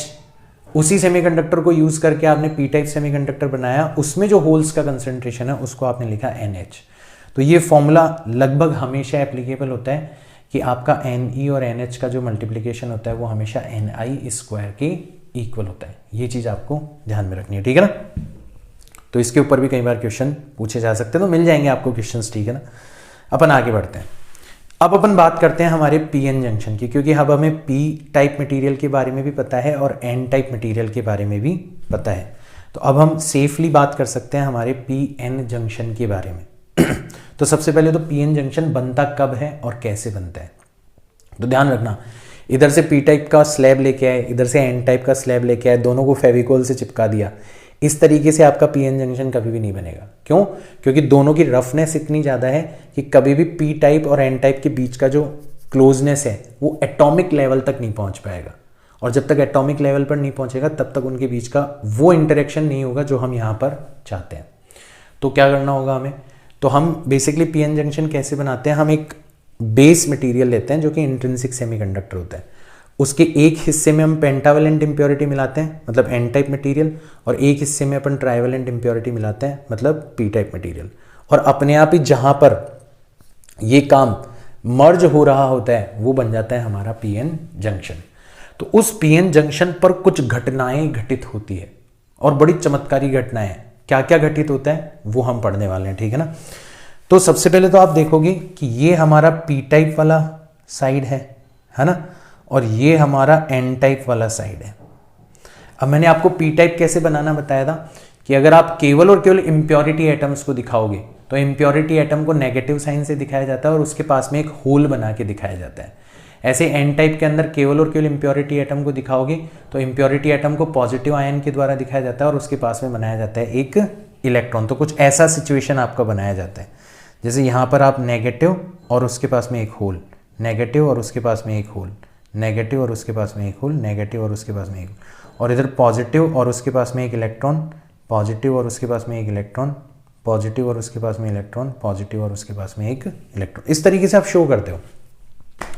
अब क्या होता है, जहां पर जंक्शन बनता है, जहां पर आपका जंक्शन बनता है तो वहां पर सबसे पहले एक मूवमेंट ऑफ चार्ज कैरियर चालू होती है। यहां के जो होल्स हैं वो एन टाइप मटेरियल के अंदर जाने लगते हैं, और यहाँ के जो इलेक्ट्रॉन्स हैं वो पी टाइप मटेरियल के अंदर जाने लगते हैं, और जंक्शन पर ये दोनों एक दूसरे से मिलते हैं और एक दूसरे को क्या कर देते हैं, खत्म कर देते हैं। मैंने बताया था इलेक्ट्रॉन और होल का मिलना, इसका मतलब क्या है, इलेक्ट्रॉन का वापस से किसके अंदर पहुंच जाना, वैलेंस बैंड के अंदर पहुंच जाना। तो अब आप धीरे धीरे इधर के इलेक्ट्रॉन्स को खत्म करते जा रहे हो और इधर के होल्स को खत्म करते जा रहे हो। इलेक्ट्रॉन और होल्स जो है वो मूव कर सकते हैं, बट जो इम्प्योरिटी एटम्स है वो मूव नहीं कर सकते, वो फिक्स्ड चार्ज है। अगर किसी इम्प्योरिटी एटम का आप होल छीन लोगे तो वो बेचारा नेगेटिवली चार्ज आयन बन जाएगा। अगर किसी इम्प्योरिटी एटम का आप इलेक्ट्रॉन छीन लोगे तो बेचारा पॉजिटिवली चार्ज आयन बन जाएगा। तो जंक्शन के पास में इसी प्रकार के आयंस की लेयर क्रिएट होती चली जाती है, और ये जो मेजॉरिटी चार्ज कैरियर्स का मूवमेंट हो रहा है इसको कहा जाता है डिफ्यूजन। तो अब हमें सबसे पहले डिफ्यूजन के बारे में जानना है। Diffusion is nothing but movement of majority charge carriers across the junction. Junction बनते स्टार्ट हो जाता है और भर भर के होता है। शुरुआत में बहुत ज्यादा मेजॉरिटी चार्ज कैरियर्स जो होते हैं वो डिफ्यूज होते हैं पी टाइप से एन टाइप और एन टाइप से पी टाइप के अंदर, है ना। अब जंक्शन के आसपास मैंने बताया फिक्स्ड चार्जेस जो हैं उनकी लेयर बनती जाती है। एन टाइप के अंदर पॉजिटिव चार्ज इकट्ठा होता चला जाता है और पी टाइप के अंदर नेगेटिव चार्ज इकट्ठा होता चला जाता है। इसका मतलब है कि इसका पोटेंशियल धीरे धीरे बढ़ता चला जा रहा है और इसका पोटेंशियल धीरे धीरे कम होता चला जा रहा है। ये हायर पोटेंशियल पर जा रहा है, ये लोअर पोटेंशियल पर जा रहा है। इसका मतलब एक इलेक्ट्रिक फील्ड हमारी बिल्डअप होने लगती है यहाँ पर। और इलेक्ट्रिक फील्ड का काम क्या होता है? इलेक्ट्रिक फील्ड का काम क्या होता है? चार्ज कैरियर्स को अफेक्ट करना। तो हमारी जो इलेक्ट्रिक फील्ड इधर की तरफ क्रिएट हो गई होल्स के ऊपर, क्योंकि होल्स पॉजिटिव चार्ज है, सेम डायरेक्शन के अंदर फोर्स लगाएगी, और इलेक्ट्रॉन्स के ऊपर क्योंकि वो नेगेटिवली चार्ज है तो अपोजिट डायरेक्शन में फोर्स लगाएगी। तो हमारी जो ये इलेक्ट्रिक फील्ड यहाँ पर बिल्डअप होती चली जा रही है वो होल्स को और इलेक्ट्रॉन्स को फर्दर जंक्शन के अक्रॉस मूव करने से क्या करने का काम करती है? रोकने का काम करती है। इसीलिए इसको बैरियर इलेक्ट्रिक फील्ड बोलते हैं। हिंदी में अपन बोलते हैं ना बैरी है ये मेरा दुश्मन है, तो ये बेसिकली हमारा बैरियर इलेक्ट्रिक फील्ड है। ये मेजॉरिटी चार्ज कैरियर्स जो डिफ्यूज हो रहे थे जंक्शन के अक्रॉस उनको ब्लॉक करने का काम करती है। तो शुरुआत में डिफ्यूजन भर भर के हो रहा था, फिर धीरे धीरे आपकी बैरियर इलेक्ट्रिक फील्ड डेवलप हुई, और जैसे जैसे बैरियर इलेक्ट्रिक फील्ड डेवलप हुई वैसे वैसे आपका जो डिफ्यूजन है वो धीरे धीरे धीरे धीरे धीरे धीरे धीरे कम होता चला जाता है। लेकिन ये जो बैरियर इलेक्ट्रिक फील्ड है, सोचो ये पी टाइप मटेरियल है तो यहां पर इलेक्ट्रॉन्स होंगे और ये एन टाइप मटेरियल, तो यहां पर होल्स होंगे, ये इस इलेक्ट्रॉन को अपनी तरफ अट्रैक्ट करेगी और इस होल को, ठीक है, अपनी डायरेक्शन के अंदर मूव करवाएगी। यानी कि ये जो माइनॉरिटी चार्ज कैरियर्स है उनके मूवमेंट को क्या करती है, सपोर्ट करती है। ध्यान रखो इस बात को, जो बैरियर इलेक्ट्रिक फील्ड होती है वो मेजॉरिटी चार्ज कैरियर्स के मूवमेंट को ब्लॉक करती है और माइनॉरिटी चार्ज कैरियर्स के मूवमेंट को सपोर्ट करती है। माइनॉरिटी चार्ज कैरियर्स का जो मूवमेंट है, movement of minority charge carriers, वो कहलाता है आपका ड्रिफ्टिंग। तो शुरुआत में डिफ्यूजन बहुत ज़्यादा था, ड्रिफ्टिंग बहुत कम थी। फिर जैसे जैसे आपकी बैरियर इलेक्ट्रिक फील्ड डेवलप हुई वैसे वैसे डिफ्यूजन कम होता चला गया और ड्रिफ्टिंग बढ़ती चली गई। और फिर एक लेवल ऐसा भी आया कि आपका जितना डिफ्यूजन हो रहा है उतनी की उतनी आपकी ड्रिफ्टिंग भी हो रही है। डिफ्यूजन का मतलब है जितने होल्स यहाँ से यहाँ जा रहे हैं उतने के उतने इलेक्ट्रॉन्स जो माइनॉरिटी चार्ज कैरियर्स है वो भी यहाँ से यहाँ जा रहे हैं। यानी कि ओवरऑल आपका कितना चार्ज क्रॉस कर रहे हैं, 0। यानी कि अपन ये कह सकते हैं कि अब हमारा जो जंक्शन है वो इक्विलिब्रियम कंडीशन में आ चुका है। अब किसी भी प्रकार के चार्जेस का मूवमेंट नहीं हो रहा है असल में, बट ओवरऑल जो नेट इफेक्ट है वो कैसा आ रहा है कि जैसे किसी भी प्रकार के चार्जेस मूव नहीं कर रहे हैं, ठीक है। लेकिन ये होते होते ये काम होते होते, ये इक्विलिब्रियम की कंडीशन आते आते इधर का कुछ हिस्सा जो होगा उसमें से परमानेंटली इलेक्ट्रॉन्स गायब हो चुके होंगे और इधर का जो कुछ हिस्सा होगा उधर से परमानेंटली होल्स गायब हो चुके होंगे और केवल क्या रह जाएगा, आपका फिक्स्ड स्पेस चार्ज रह जाएगा, जो आपके इम्प्योरिटी एटम्स है वो रह जाएंगे। तो इस रीजन को जहां से आपके मेजॉरिटी चार्ज कैरियर्स गायब हो चुके हैं, गायब होने को अपन बोलते हैं डिप्लेट हो जाना, तो इस पर्टिकुलर रीजन को अपन बोलते हैं डिप्लेशन रीजन। सो क्या होता है ये, the fixed space charge region on either side of the junction, junction के दोनों तरफ है ना, left behind by the depletion of majority charge carriers. Majority charge carriers के डिप्लेट हो जाने की वजह से जो हमारे फिक्स्ड स्पेस चार्जेस का हिस्सा बच गया जंक्शन के आसपास, वो क्या कहलाता है, वो हमारा डिप्लेशन रीजन कहलाता है। मतलब एक तरीके से खंडर है, वो नहीं होता कोई सभ्यता उजड़ जाती है तो उसकी निशानियां बची रह जाती है, तो यहाँ पर एक सभ्यता उजड़ गई। बेचारे मस्त आराम से आपके मेजॉरिटी होल थे, मेजॉरिटी इलेक्ट्रॉन से मजे ले रहे थे, पता नहीं उनको क्या जचा, उन्होंने डिफ्यूजन करना स्टार्ट किया, खाली हो गए एक दूसरे से और फिर ये खंडर बचे रह गए, ठीक है। अच्छा, यहां पर आपका जो एन टाइप मटेरियल है उसके अंदर पॉजिटिव चार्जेस का जमावड़ा है, मतलब उसका पोटेंशियल जो है वो थोड़ा सा रेज हो जाता है, हायर पोटेंशियल हो जाता है। और जो पी टाइप मटेरियल है वहां पर नेगेटिव चार्जेस का जमावड़ा है तो वो थोड़े लोअर पोटेंशियल पर चला जाता है। तो अब आपका पी टाइप जो है वो ओवरऑल पॉजिटिवली चार्ज होगा, एन टाइप जो है वो ओवरऑल नेगेटिवली चार्ज होगा। एन टाइप का पोटेंशियल, एन टाइप जो है वो ओवरऑल पॉजिटिवली चार्ज होगा, पी टाइप जो होगा ओवरऑल नेगेटिवली चार्ज होगा। एन टाइप का पोटेंशियल जो है वो ओवरऑल ज़्यादा होगा खासकर जंक्शन के आसपास, और पी टाइप का जो पोटेंशियल है वो कम होगा खासकर जंक्शन के आसपास। तो इन दोनों का जो डिफरेंस है वो कहलाता है हमारा बैरियर पोटेंशियल। तो ये जो डिफरेंस है कि यहाँ से लेके यहाँ तक का जो डिफरेंस है ये हमारा कहता है बैरियर पोटेंशियल। देखो डायग्राम भी ऐसा लग रहा है कि जैसे किसी आदमी को यहाँ से यहाँ जाना है, ठीक है, तो उसको क्या जंप लगानी पड़ेगी, उसको ये बैरियर जो है वो क्रॉस करना पड़ेगा। जस्ट एक एनालॉजी है, ठीक है ना, इसका नाम भी इसी पर्पस पे रखा गया, ठीक है। तो ये हमारा बैरियर पोटेंशियल होता है, ठीक है ना। तो ये जो बैरियर पोटेंशियल होता है ये डिपेंड करता है अलग अलग टाइप ऑफ सेमीकंडक्टर के ऊपर। अगर आप सिलिकॉन बेस्ड पीएन जंक्शन बनाते हो तो बैरियर पोटेंशियल जो होता है वो लगभग 0.7 वोल्ट्स होता है, और अगर आप जर्मेनियम बेस्ड बनाते हो तो बैरियर पोटेंशियल जो होता है वो लगभग 0.3 वोल्ट्स होता है ना। तो ये आपको वैल्यूज़ भी ध्यान रख लेनी है, मैं लिख दूंगा अभी, ठीक है ना। तो अब हमें पता पड़ गया कि बैरियर पोटेंशियल आखिर में है क्या। तो पूरी कहानी कैसे बनी, ड्यू टू डिप्लेशन, डिप्लेशन का मतलब है गायब हो जाने की वजह से मेजॉरिटी चार्ज कैरियर्स के, positive charges developed in N type region. ध्यान रखना किस टाइप में कौन सा चार्ज डेवलप होता है, raising it to the higher potential, and negative charges develops in P type region dropping it to the lower potential, and this difference of potential is called barrier potential. So barrier potential हो गया या barrier electric field हो गई, उसकी वजह से जो electric field produce होती है बहुत इंपॉर्टेंट है, वो डिफ्यूजन को तो क्या करती है, ब्लॉक करती है। मतलब मेजॉरिटी चार्ज कैरियर्स के जंक्शन के अक्रॉस जो होने वाले मूवमेंट है उसको तो वो ब्लॉक करती है एंड सपोर्ट ड्रिफ्ट। और जो ड्रिफ्टिंग है मतलब माइनॉरिटी चार्ज कैरियर्स का जो मूवमेंट है उसको वो क्या करती है, सपोर्ट करती है। ये इतनी सी बात जो है ना, ये आपको बहुत काम आएगी, ये ध्यान रख लेना, ठीक है ना। तो ये हमारा पीएन जंक्शन का फॉर्मेशन हो गया। हमें पता पड़ गया कि पीएन जंक्शन बनने का मतलब क्या होता है, पीएन जंक्शन बनने का मतलब क्या होता है। अब इसके ऊपर जो बेस्ड डिवाइस है उसको बोला जाता है पीएन जंक्शन डायोड।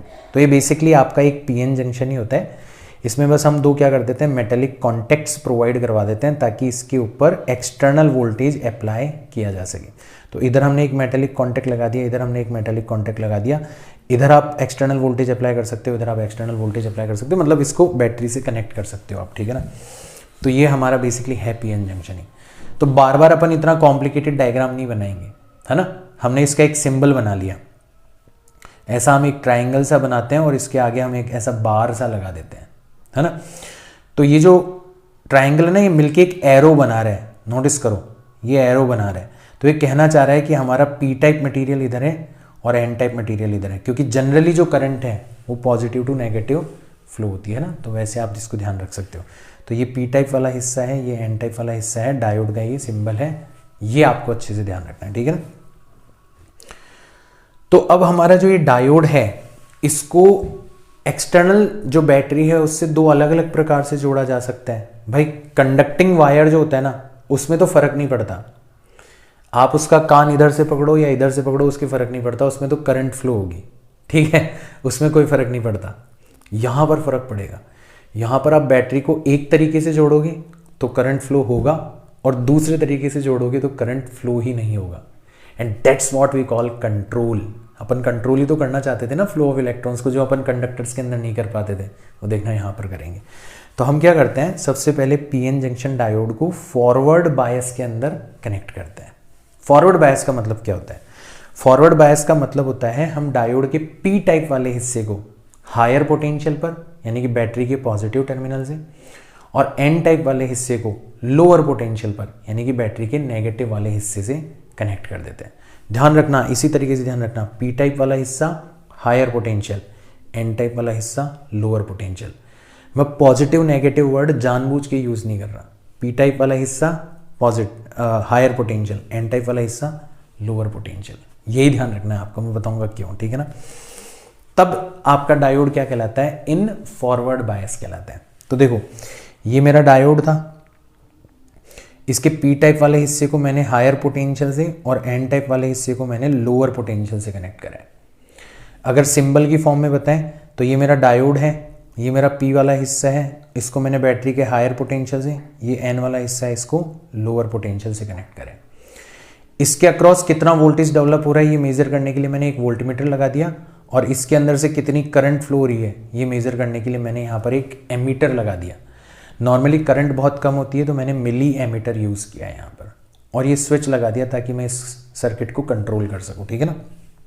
अब देखो होगा क्या, जैसे ही आप पी टाइप वाले हिस्से को हायर पोटेंशियल से और एन टाइप वाले हिस्से को लोअर पोटेंशियल से कनेक्ट करोगे तो यहाँ पर क्या होगा, यहाँ पर एक एक्सटर्नल इलेक्ट्रिक फील्ड क्रिएट हो जाएगी इस तरीके से, है ना। एक्सटर्नल इलेक्ट्रिक फील्ड जो बैटरी की वजह से आई है, जो कि बैटरी के पॉजिटिव वाले हिस्से से निकल के नेगेटिव वाले हिस्से के अंदर जाना चाह रही है ना।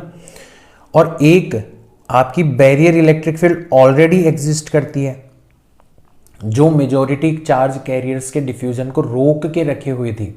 Barrier potential, barrier electric field वो उल्टी डायरेक्शन में होती है, वो एन से पी की तरफ होती है। अब आप नोटिस करो यहाँ पर हो क्या रहा है, यहाँ पर आपकी जो एक्सटर्नल इलेक्ट्रिक फील्ड है वो बैरियर इलेक्ट्रिक फील्ड के खिलाफ है, यानी कि वो बैरियर इलेक्ट्रिक फील्ड को क्या कर रही है, धीरे धीरे धीरे धीरे खत्म कर रही है। तो एक अवस्था ऐसी भी आएगी जिसमें आपकी बैरियर इलेक्ट्रिक फील्ड का जो इफेक्ट है वो कंप्लीटली क्या हो चुका होगा, वाइप ऑफ हो चुका होगा। यानी कि बैरियर इलेक्ट्रिक फील्ड ने जिन मेजॉरिटी चार्ज कैरियर्स को रोक के रखा हुआ था, या जो बैरियर पोटेंशियल था, वो धीरे धीरे कम होते होते होते होते वापस से जीरो हो जाएगा। यानी कि आपके मेजॉरिटी चार्ज कैरियर्स का मूवमेंट धड़ल्ले से वापस से क्या हो जाएगा, चालू हो जाएगा, वापस से चालू हो जाएगा। यानी कि आपकी करंट जो है वो आराम से फ्लो होने लगेगी, और आपकी जो ये डायोड नाम की डिवाइस है वो सिंपल एक कंडक्टर की तरह बिहेव करने लगेगी, ठीक है। आप यूँ भी कह सकते हो कि हमारी जो डिप्लेशन रीजन की विड्थ है वो धीरे धीरे धीरे धीरे कम हो जाएगी, क्योंकि उसकी विड्थ को बढ़ाने का काम कौन कर रहा था, आपकी बैरियर इलेक्ट्रिक फील्ड कर रही थी। वो धीरे धीरे धीरे धीरे कम हो जाएगी और कम होते होते वापस से जीरो हो जाएगी, तो आपकी मेजॉरिटी चार्ज कैरियर्स का मूवमेंट वापस से चालू हो जाएगा, ठीक है ना। या फिर आप इसको पोटेंशियल बैरियर के टर्म्स में कहो तो आप ये कह सकते हो कि धीरे धीरे पोटेंशियल बैरियर जो है वो कम होता चला जा रहा है। एक अवस्था ऐसी आएगी कि बैरियर पोटेंशियल जीरो हो जाएगा और मेजॉरिटी चार्ज कैरियर्स आसानी से मूव करने लगेंगे। तो हम ये जो इफेक्ट है, ये जो हमने अभी डिस्क्राइब किया, ये देख सकते हैं एक्चुअल में। भाई हमने यहाँ पर वोल्टमीटर लगा रखा है, यहाँ पे करंट लगा रखा है, तो हम देख सकते हैं। तो हम देखेंगे कि जैसे जैसे हम वोल्टेज बढ़ाएंगे, ठीक है, तो कुछ देर तक तो हमें जीरो करंट मिलेगा, यानी कि अभी तक हमारी एक्सटर्नल इलेक्ट्रिक फील्ड जो है वो बैरियर इलेक्ट्रिक फील्ड को कंप्लीटली खत्म नहीं कर पाई है, ठीक है। जैसे सिलिकॉन का एग्जांपल लें तो सिलिकॉन के अंदर जो आपका बैरियर पोटेंशियल था, फॉर सिलिकॉन, ध्यान रखना, तो सिलिकॉन के लिए वो हुआ करता था लगभग 0.7 वोल्ट्स, और अगर बात करें जर्मेनियम की तो वो लगभग होता है 0.3 वोल्ट्स, है ना। तो 0.7, 0.6, तो आप देखोगे कि यहाँ पर सिलिकॉन की बात करें तो लगभग 0.6, 0.7 वोल्ट तक तो आपकी एक्सटर्नल जो फील्ड है, आपका जो एक्सटर्नल पोटेंशियल है वो बैरियर पोटेंशियल को ख़त्म नहीं कर पाया, आपकी करंट जो है वो जीरो है। फिर उसके बाद में आपका ये एक सिंपल कंडक्टर की तरह बिहेव करने लगता है। आप जितना ज़्यादा पोटेंशियल बढ़ाओगे उतनी ज़्यादा आपको करंट बढ़ते हुए नजर आएगी। जैसे कंडक्टर्स के अंदर स्ट्रेट लाइन मिलती है, वैसे ही स्ट्रेट लाइन आपको यहाँ पर मिलने लगती है। हालांकि पूरा का पूरा ग्राफ स्ट्रेट लाइन नहीं है, और क्योंकि स्ट्रेट लाइन नहीं है तो इसीलिए ये अनओहमिक डिवाइस कहलाती है, जो कि ओम्स लॉ को फॉलो नहीं करती, या यूं कह लो कि इनका जो रेजिस्टेंस होता है वो कांस्टेंट नहीं होता, इनका रेजिस्टेंस वेरी करता है, ठीक है। यहाँ पर रेजिस्टेंस अलग होगा, यहाँ पर रेजिस्टेंस अलग होगा, यहाँ पर अलग होगा, यहाँ पर अलग होगा, यहाँ पर अलग होगा, डायनेमिक रेजिस्टेंस बोलते हैं अपन, ठीक है। तो इनके केस में जो डायनेमिक रेजिस्टेंस है वो हर पॉइंट पर अलग अलग होता है, और उसको अपन इस तरीके से निकाल सकते हैं कि जिस भी वोल्टेज के ऊपर आपको डायनेमिक रेजिस्टेंस पता करना है, वहां पे आप हल्का सा चेंज इन वोल्टेज ले लो, और उसके कोरस्पॉन्डिंग जो हल्का सा चेंज इन करंट हो रहा है वही आपका क्या हो जाएगा, डायनेमिक रेजिस्टेंस हो जाएगा। तो नॉर्मली ये वेरी स्मॉल होता है, नॉर्मली इसकी जो वैल्यू होती है वो क्या होती है, बहुत ही कम होती है। जैसे कंडक्टर्स का रेजिस्टेंस बहुत कम होता है, वैसे ही हमारे डायोड का फॉरवर्ड बायस के अंदर जो डायनेमिक रेजिस्टेंस है वो बहुत कम होता है। यानी कि फॉरवर्ड बायस के अंदर हमारा डायोड नियरली किसकी तरह काम करता है, नियरली हमारे कंडक्टर्स की तरह काम करता है, करंट को फ्लो करवाता है। So this is called forward bias. अब अपन बात करें कि अगर हम डायोड को उल्टे तरीके से कनेक्ट करते हैं, कैसे कि हम पी टाइप को बैटरी के लोअर पोटेंशियल वाले टर्मिनल से और एन टाइप को बैटरी के हायर पोटेंशियल वाले टर्मिनल से कनेक्ट करते हैं, तो क्या होता, तो फिर क्या होता, हमारी जो डिप्लेशन रीजन है उसकी विड्थ और ज़्यादा बढ़ जाती। क्यों?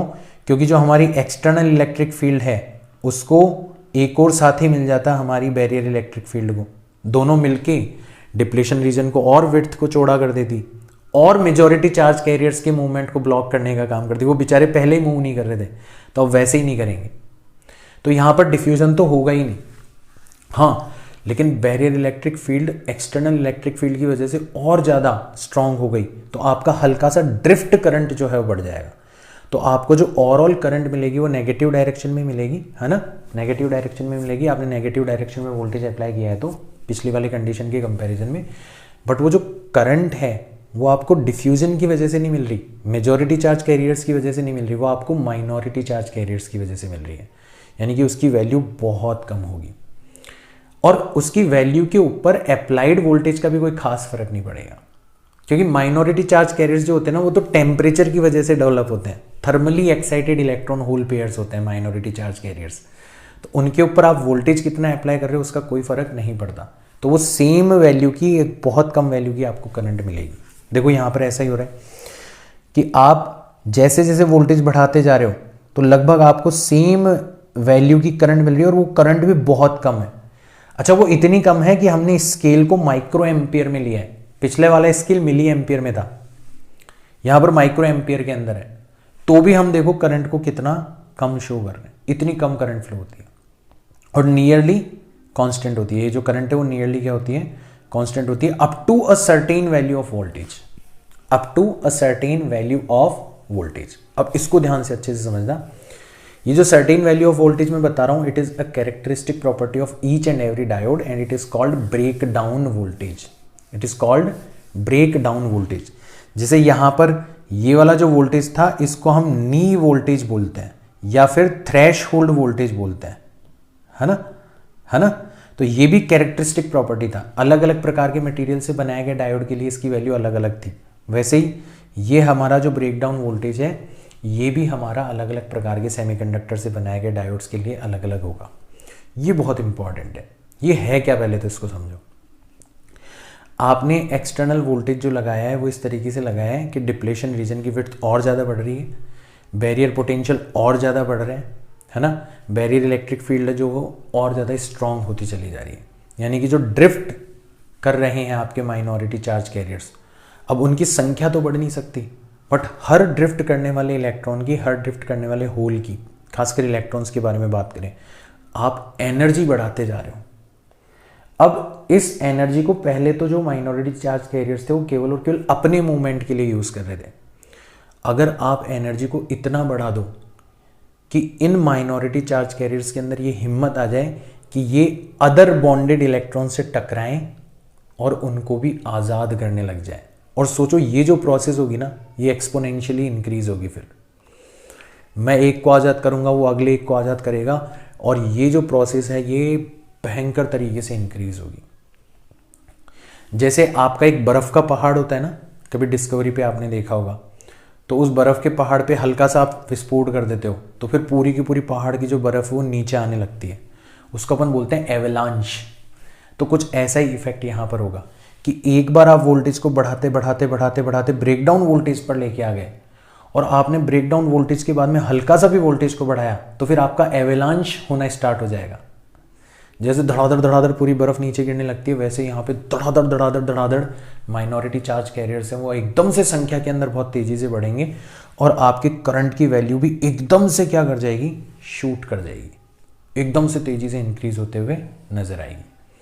और ये करंट इतनी तेजी से इंक्रीज हो रही है, और आपका जो नॉर्मली रिवर्स बायस का रेजिस्टेंस होता है वो बहुत ज़्यादा होता है, तो इसकी वजह से जो हीट पैदा होती है वो भी बहुत तेजी से पैदा होती है, और आपका जो डायोड है वो जल जाता है, खराब हो जाता है।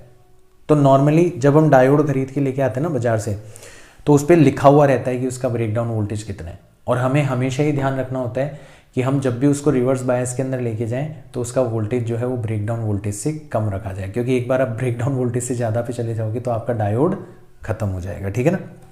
तो ये चीज़ आपको ध्यान रखनी है। तो आपका देखो पोटेंशियल बैरियर जो है वो बढ़ता चला जा रहा है, विड्थ जो है वो बढ़ती चली जा रही है, और आपका ग्राफ कैसा आ रहा है, नियरली सैचुरेटेड, और फिर अगर ब्रेकडाउन वोल्टेज से बढ़ाए तो आपकी करंट एकदम से शूट कर जाती है। इसको अपन बोलते हैं ब्रेकडाउन, एवलांच ब्रेकडाउन बोलते हैं। अभी हम एक प्रकार का ऐसा डायोड देखेंगे जिसके अंदर इस ब्रेकडाउन को आप कंट्रोल कर सकते हो, और इवन एप्लीकेशन भी बना सकते हो उसकी, ठीक है ना। उसको अपन जीनर डायोड बोलते हैं, उसके बारे में हम बात करेंगे, कल की क्लास में बात करेंगे, आज तो नहीं हो पाएगा, ठीक है ना, बट वो इसी प्रोसेस के ऊपर वर्क करेगा। So this is your reverse bias. Reverse bias के अंदर करंट जो होती है वो drifting of minority charge carriers की वजह से होती है, उसके ऊपर अप्लाइड वोल्टेज का कोई फर्क नहीं पड़ता, उसके ऊपर टेम्परेचर का फर्क पड़ सकता है, रेडिएशन का फर्क पड़ सकता है, ठीक है ना, या जिस भी तरीके से आपके इलेक्ट्रॉन होल पेयर्स प्रोड्यूस हो सकते हैं उन सारे फैक्टर्स का फर्क पड़ सकता है, फोटो इलेक्ट्रिक इफेक्ट का फर्क पड़ सकता है, ठीक है ना, है ना। लेकिन उनके ऊपर अप्लाइड वोल्टेज का फर्क नहीं पड़ेगा, और नियरली सैचुरेटेड करंट होती है, ठीक है ना। ब्रेकडाउन का कंसेप्ट मैंने आपको बता दिया। तो ये हो गया हमारा डायोड इन रिवर्स बायस। तो अब अगर हम हथियारों को समेटने की कोशिश करें जो कि न्यूमेरिकल्स के अंदर हमें काम आएंगे, तो हमारा पहला हथियार होगा कि फॉरवर्ड बायस के अंदर जो डायोड है वो करंट के फ्लो को अलाउ करता है। तो अगर आपका आइडियल डायोड है, उसको आपने फॉरवर्ड बायस के अंदर कनेक्ट कर रखा है, ये वाला हिस्सा पॉजिटिव, ये वाला हिस्सा नेगेटिव, पी वाला हिस्सा पॉजिटिव, एन वाला हिस्सा नेगेटिव, तो ये बेसिकली आपके एक कंडक्टिंग वायर की तरह बिहेव करता है। नॉर्मली आपको सिलिकॉन या जर्मेनियम के बने हुए डायोड्स के बारे में बात करी जाती है, तो इनका कुछ खुद का रेजिस्टेंस भी होता है, इनका कुछ खुद का रेजिस्टेंस भी होता है, प्लस इनका खुद का कुछ नी वोल्टेज भी होता है। तो आप इनको रिप्लेस कर सकते हो। कैसे रिप्लेस कर सकते हो? एक बैटरी के द्वारा। जैसे सिलिकॉन है तो सिलिकॉन को एक बैटरी के द्वारा रिप्लेस कर देना इसके नी वोल्टेज के बराबर, तो इसका नी वोल्टेज 0.7 वोल्ट होता है, और ये हो जाएगा उसका रेजिस्टेंस। ठीक है, फॉरवर्ड बायस का रेजिस्टेंस। ऐसे जर्मेनियम है तो उसको बैटरी से रिप्लेस कर देना 0.3 वोल्ट की, और ये हो जाएगा उसका रेजिस्टेंस। तो ये आपका जब आप सर्किट से सॉल्व करते हो ना, तब आपके सवाल करने के अंदर ये चीज़ जो है वो काम आ सकती है ना। ये चीज़ आपको ध्यान में रखनी है। वैसे तो हम इग्नोर करते हैं, नॉर्मली मैक्सिमम क्वेश्चंस के अंदर हमें आइडियल डायोड्स के बारे में बात करी जाती है।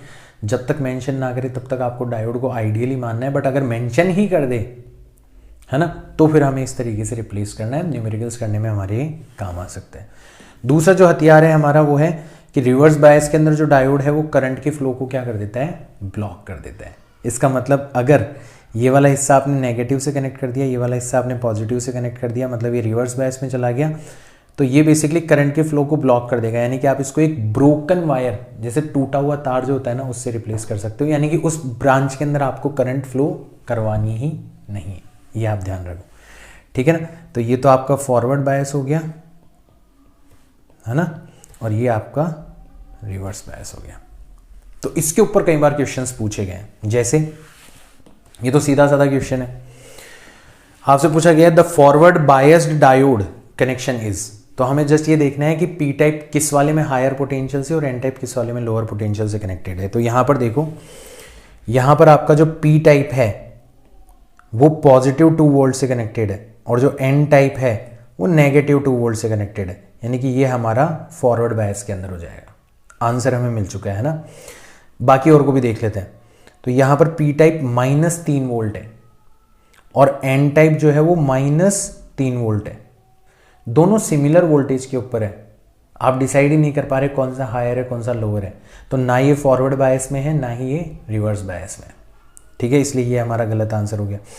यहां पर पी टाइप 2 वोल्ट पर है, एन टाइप 4 वोल्ट पर है, तो एन टाइप हायर पर हो गया, पी टाइप लोअर पर हो गया, तो ये रिवर्स बायस के अंदर होगा।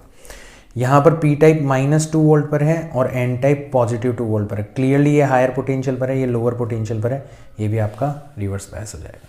तो हमारा कौन सा वाला आंसर करेक्ट होना चाहिए, ऑप्शन नंबर ई करेक्ट होना चाहिए। इतना आसान क्वेश्चन, ठीक है ना। तो ऐसे क्वेश्चन पूछे गए हैं। ये देखो, आपसे पूछा गया है the temperature dependence of resistance of copper and undoped silicon, मतलब pure silicon, in the temperature range 300 to 400 kelvin, मतलब नॉर्मली जो रूम टेम्परेचर के आसपास का टेम्परेचर है, इज बेस्ट डिस्क्राइब्ड बाय। तो कॉपर तो हमारा कंडक्टर है, उसका जब टेम्परेचर आप बढ़ाओगे तो उसका रेजिस्टेंस बढ़ेगा और नियरली एक स्ट्रेट लाइन के अलोंग बढ़ेगा। तो हमारे कॉपर का रेजिस्टेंस तो बढ़ना चाहिए, तो लीनियरली इंक्रीज फॉर कॉपर, ठीक है। तो ये वाला ऑप्शन भी करेक्ट हो सकता है, ये भी करेक्ट हो सकता है, ये भी करेक्ट हो सकता है। ये तो हमारा क्लियरली गलत हो गया। अब 3 ऑप्शन बच गए, है ना।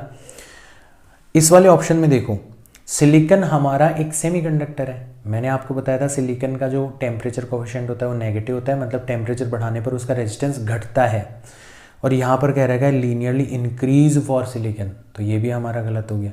यहाँ पर कह रहा है एक्सपोनेंशियली इंक्रीज फॉर सिलिकॉन, ये भी हमारा गलत। अरे भाई इंक्रीज तो होगा ही नहीं, डिक्रीज होगा।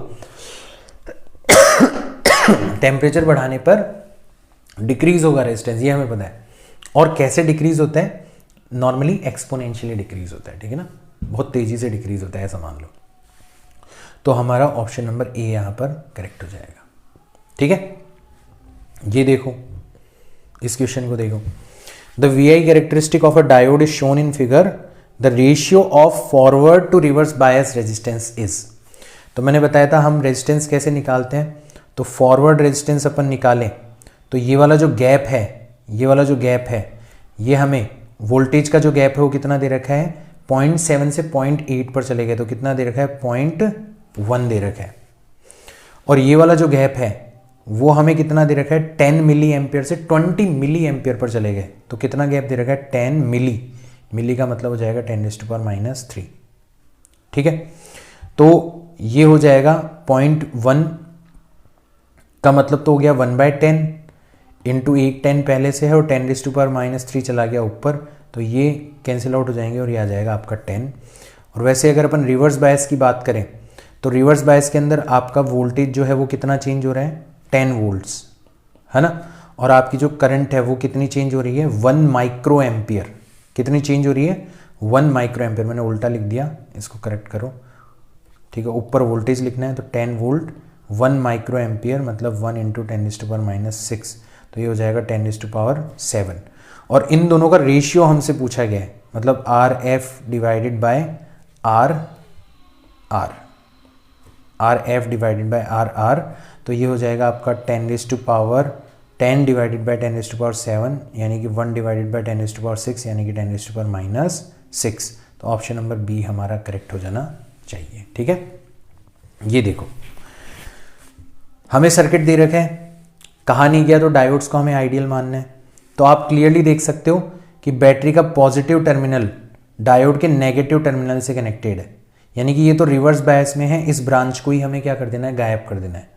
और इधर बैटरी का पॉजिटिव टर्मिनल डायोड के भी पॉजिटिव टर्मिनल से कनेक्टेड है, तो ये फॉरवर्ड बायस में होना है और इसको हमें एक वायर से रिप्लेस कर देना है। तो बेसिकली हमारा सर्किट क्या होगा, 12 वोल्ट की बैटरी, 4 ओम का रेजिस्टेंस और 2 एम का रेजिस्टेंस, तो टोटल रेजिस्टेंस हमारा कितना हो जाएगा, 6 ओम्स हो जाएगा, है ना। और टोटल करंट जो हो जाएगी वो हो जाएगी हमारी 12 divided by 6 that is 2 ampere.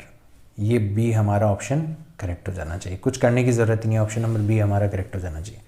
तो काम आया हमारे, किस डायोड को गायब करना है, किसको रखना है, वो हमें फॉरवर्ड और रिवर्स बायस से पता चल जाता है, ठीक है ना। ये देखो क्वेश्चन, अगेन सिमिलर क्वेश्चन। एक 2 वोल्ट की बैटरी है, is connected across AB as shown in figure. The value of current supplied by the battery when in one case battery's positive terminal is connected to A। तो पहले वाले case में battery का positive terminal A से है, negative terminal B से है। इसका मतलब ये रिवर्स बायस के अंदर हो जाएगा, ये फॉरवर्ड बायस के अंदर हो जाएगा, ये ब्रांच गायब हो जाएगी। तो आपका टोटल रेजिस्टेंस होगा 5, है ना। और जो बैटरी अप्लाई कर रहे हो वो 2 वोल्ट की अप्लाई कर रहे हो, तो आपका जो करंट होगा पहली वाली कंडीशन में वो हो जाएगा 2 डिवाइडेड बाय 5, यानी कि 2 डिवाइडेड बाय 5 जो भी रख लेना, ठीक है ना। तो ये पहली वाली कंडीशन में हो गया। तो अगर हम केस 1 की बात करें तो हमारा D1 जो होगा वो फॉरवर्ड बायस में होगा, D2 जो होगा वो रिवर्स बायस में होगा, मतलब D2 वाली ब्रांच को आप गायब कर सकते हो। तो आपकी जो करंट हो जाएगी उसकी वैल्यू हो जाएगी total voltage divided by total resistance that is 5, इतने एम्पियर। अगर हम केस 2 की बात करें तो उसमें उल्टा हो गया, अब की बार D1 हो जाएगा रिवर्स बायस में, D2 हो जाएगा फॉरवर्ड बायस में। इसका मतलब हमारी जो D1 वाली ब्रांच है वो गायब हो जाएगी, तो अब की बार हमारा रेजिस्टेंस 10 ओम होगा, तो ये हो जाएगा 2 डिवाइडेड बाय 10 एम्पियर। तो ये I1 हो गया, ये I2 हो गया। तो हमें पूछा गया है इन दोनों की वैल्यू कितनी होगी। तो 2/5 की तो वैल्यू हो जाएगी 0.4 एम्पियर और 1/5 की वैल्यू हो जाएगी 0.2 एम्पियर। तो 0.4 ampere 0.2 ampere, option number A हमारा करेक्ट हो जाना चाहिए। बड़ा आसान सा क्वेश्चन था, थोड़ा सा दिमाग लगाना है आपको, ठीक है। इसमें थोड़ा सा ट्विस्ट है। तो हमें दे रखा है कि सर्किट के अंदर जो R1, R2, R3 लगे हुए हैं वो 50 ओम है, और अब की बार हर डायोड का भी हमें रेजिस्टेंस दे रखा है 20 ओम, है ना। थोड़ा सा ध्यान रखना, बैटरी हमारी 6 वोल्ट की है।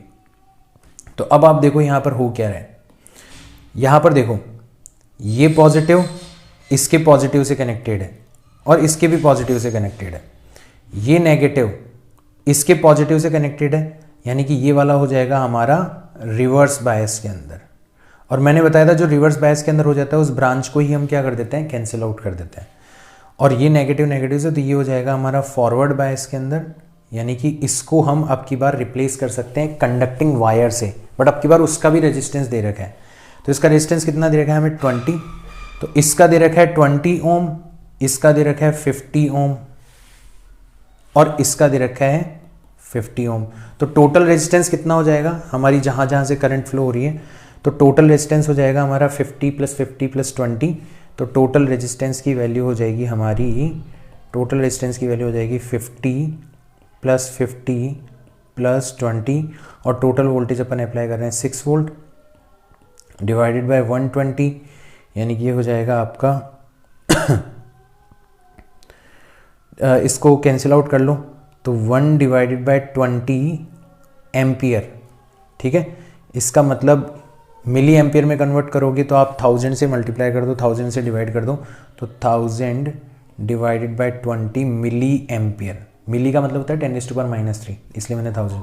तो ये हो जाएगा आपका 2 से 100 कैंसिल आउट हो गया, तो 50 मिली एम्पियर ये आपका आंसर आ जाना चाहिए। तो यार ये जो हमारी क्लास थी ना, मतलब आज की, इसके अंदर हमने बहुत सारा टाइम केवल और केवल इस बात के अंदर लगाया है कि हम सेमीकंडक्टर्स की फील ले सकें। पीएन जंक्शन को समझा, फिर डायोड हमें अपने आप ही समझ में आ गया। तो इस चैप्टर की एक खास बात है, अब आपको ये चैप्टर जो मैं छोटी छोटी बातें मैंने आपको बताई ना, उसके आधार पर ये चैप्टर आपको इतना आसान लगेगा ना कि आप इमेजिन भी नहीं कर सकते।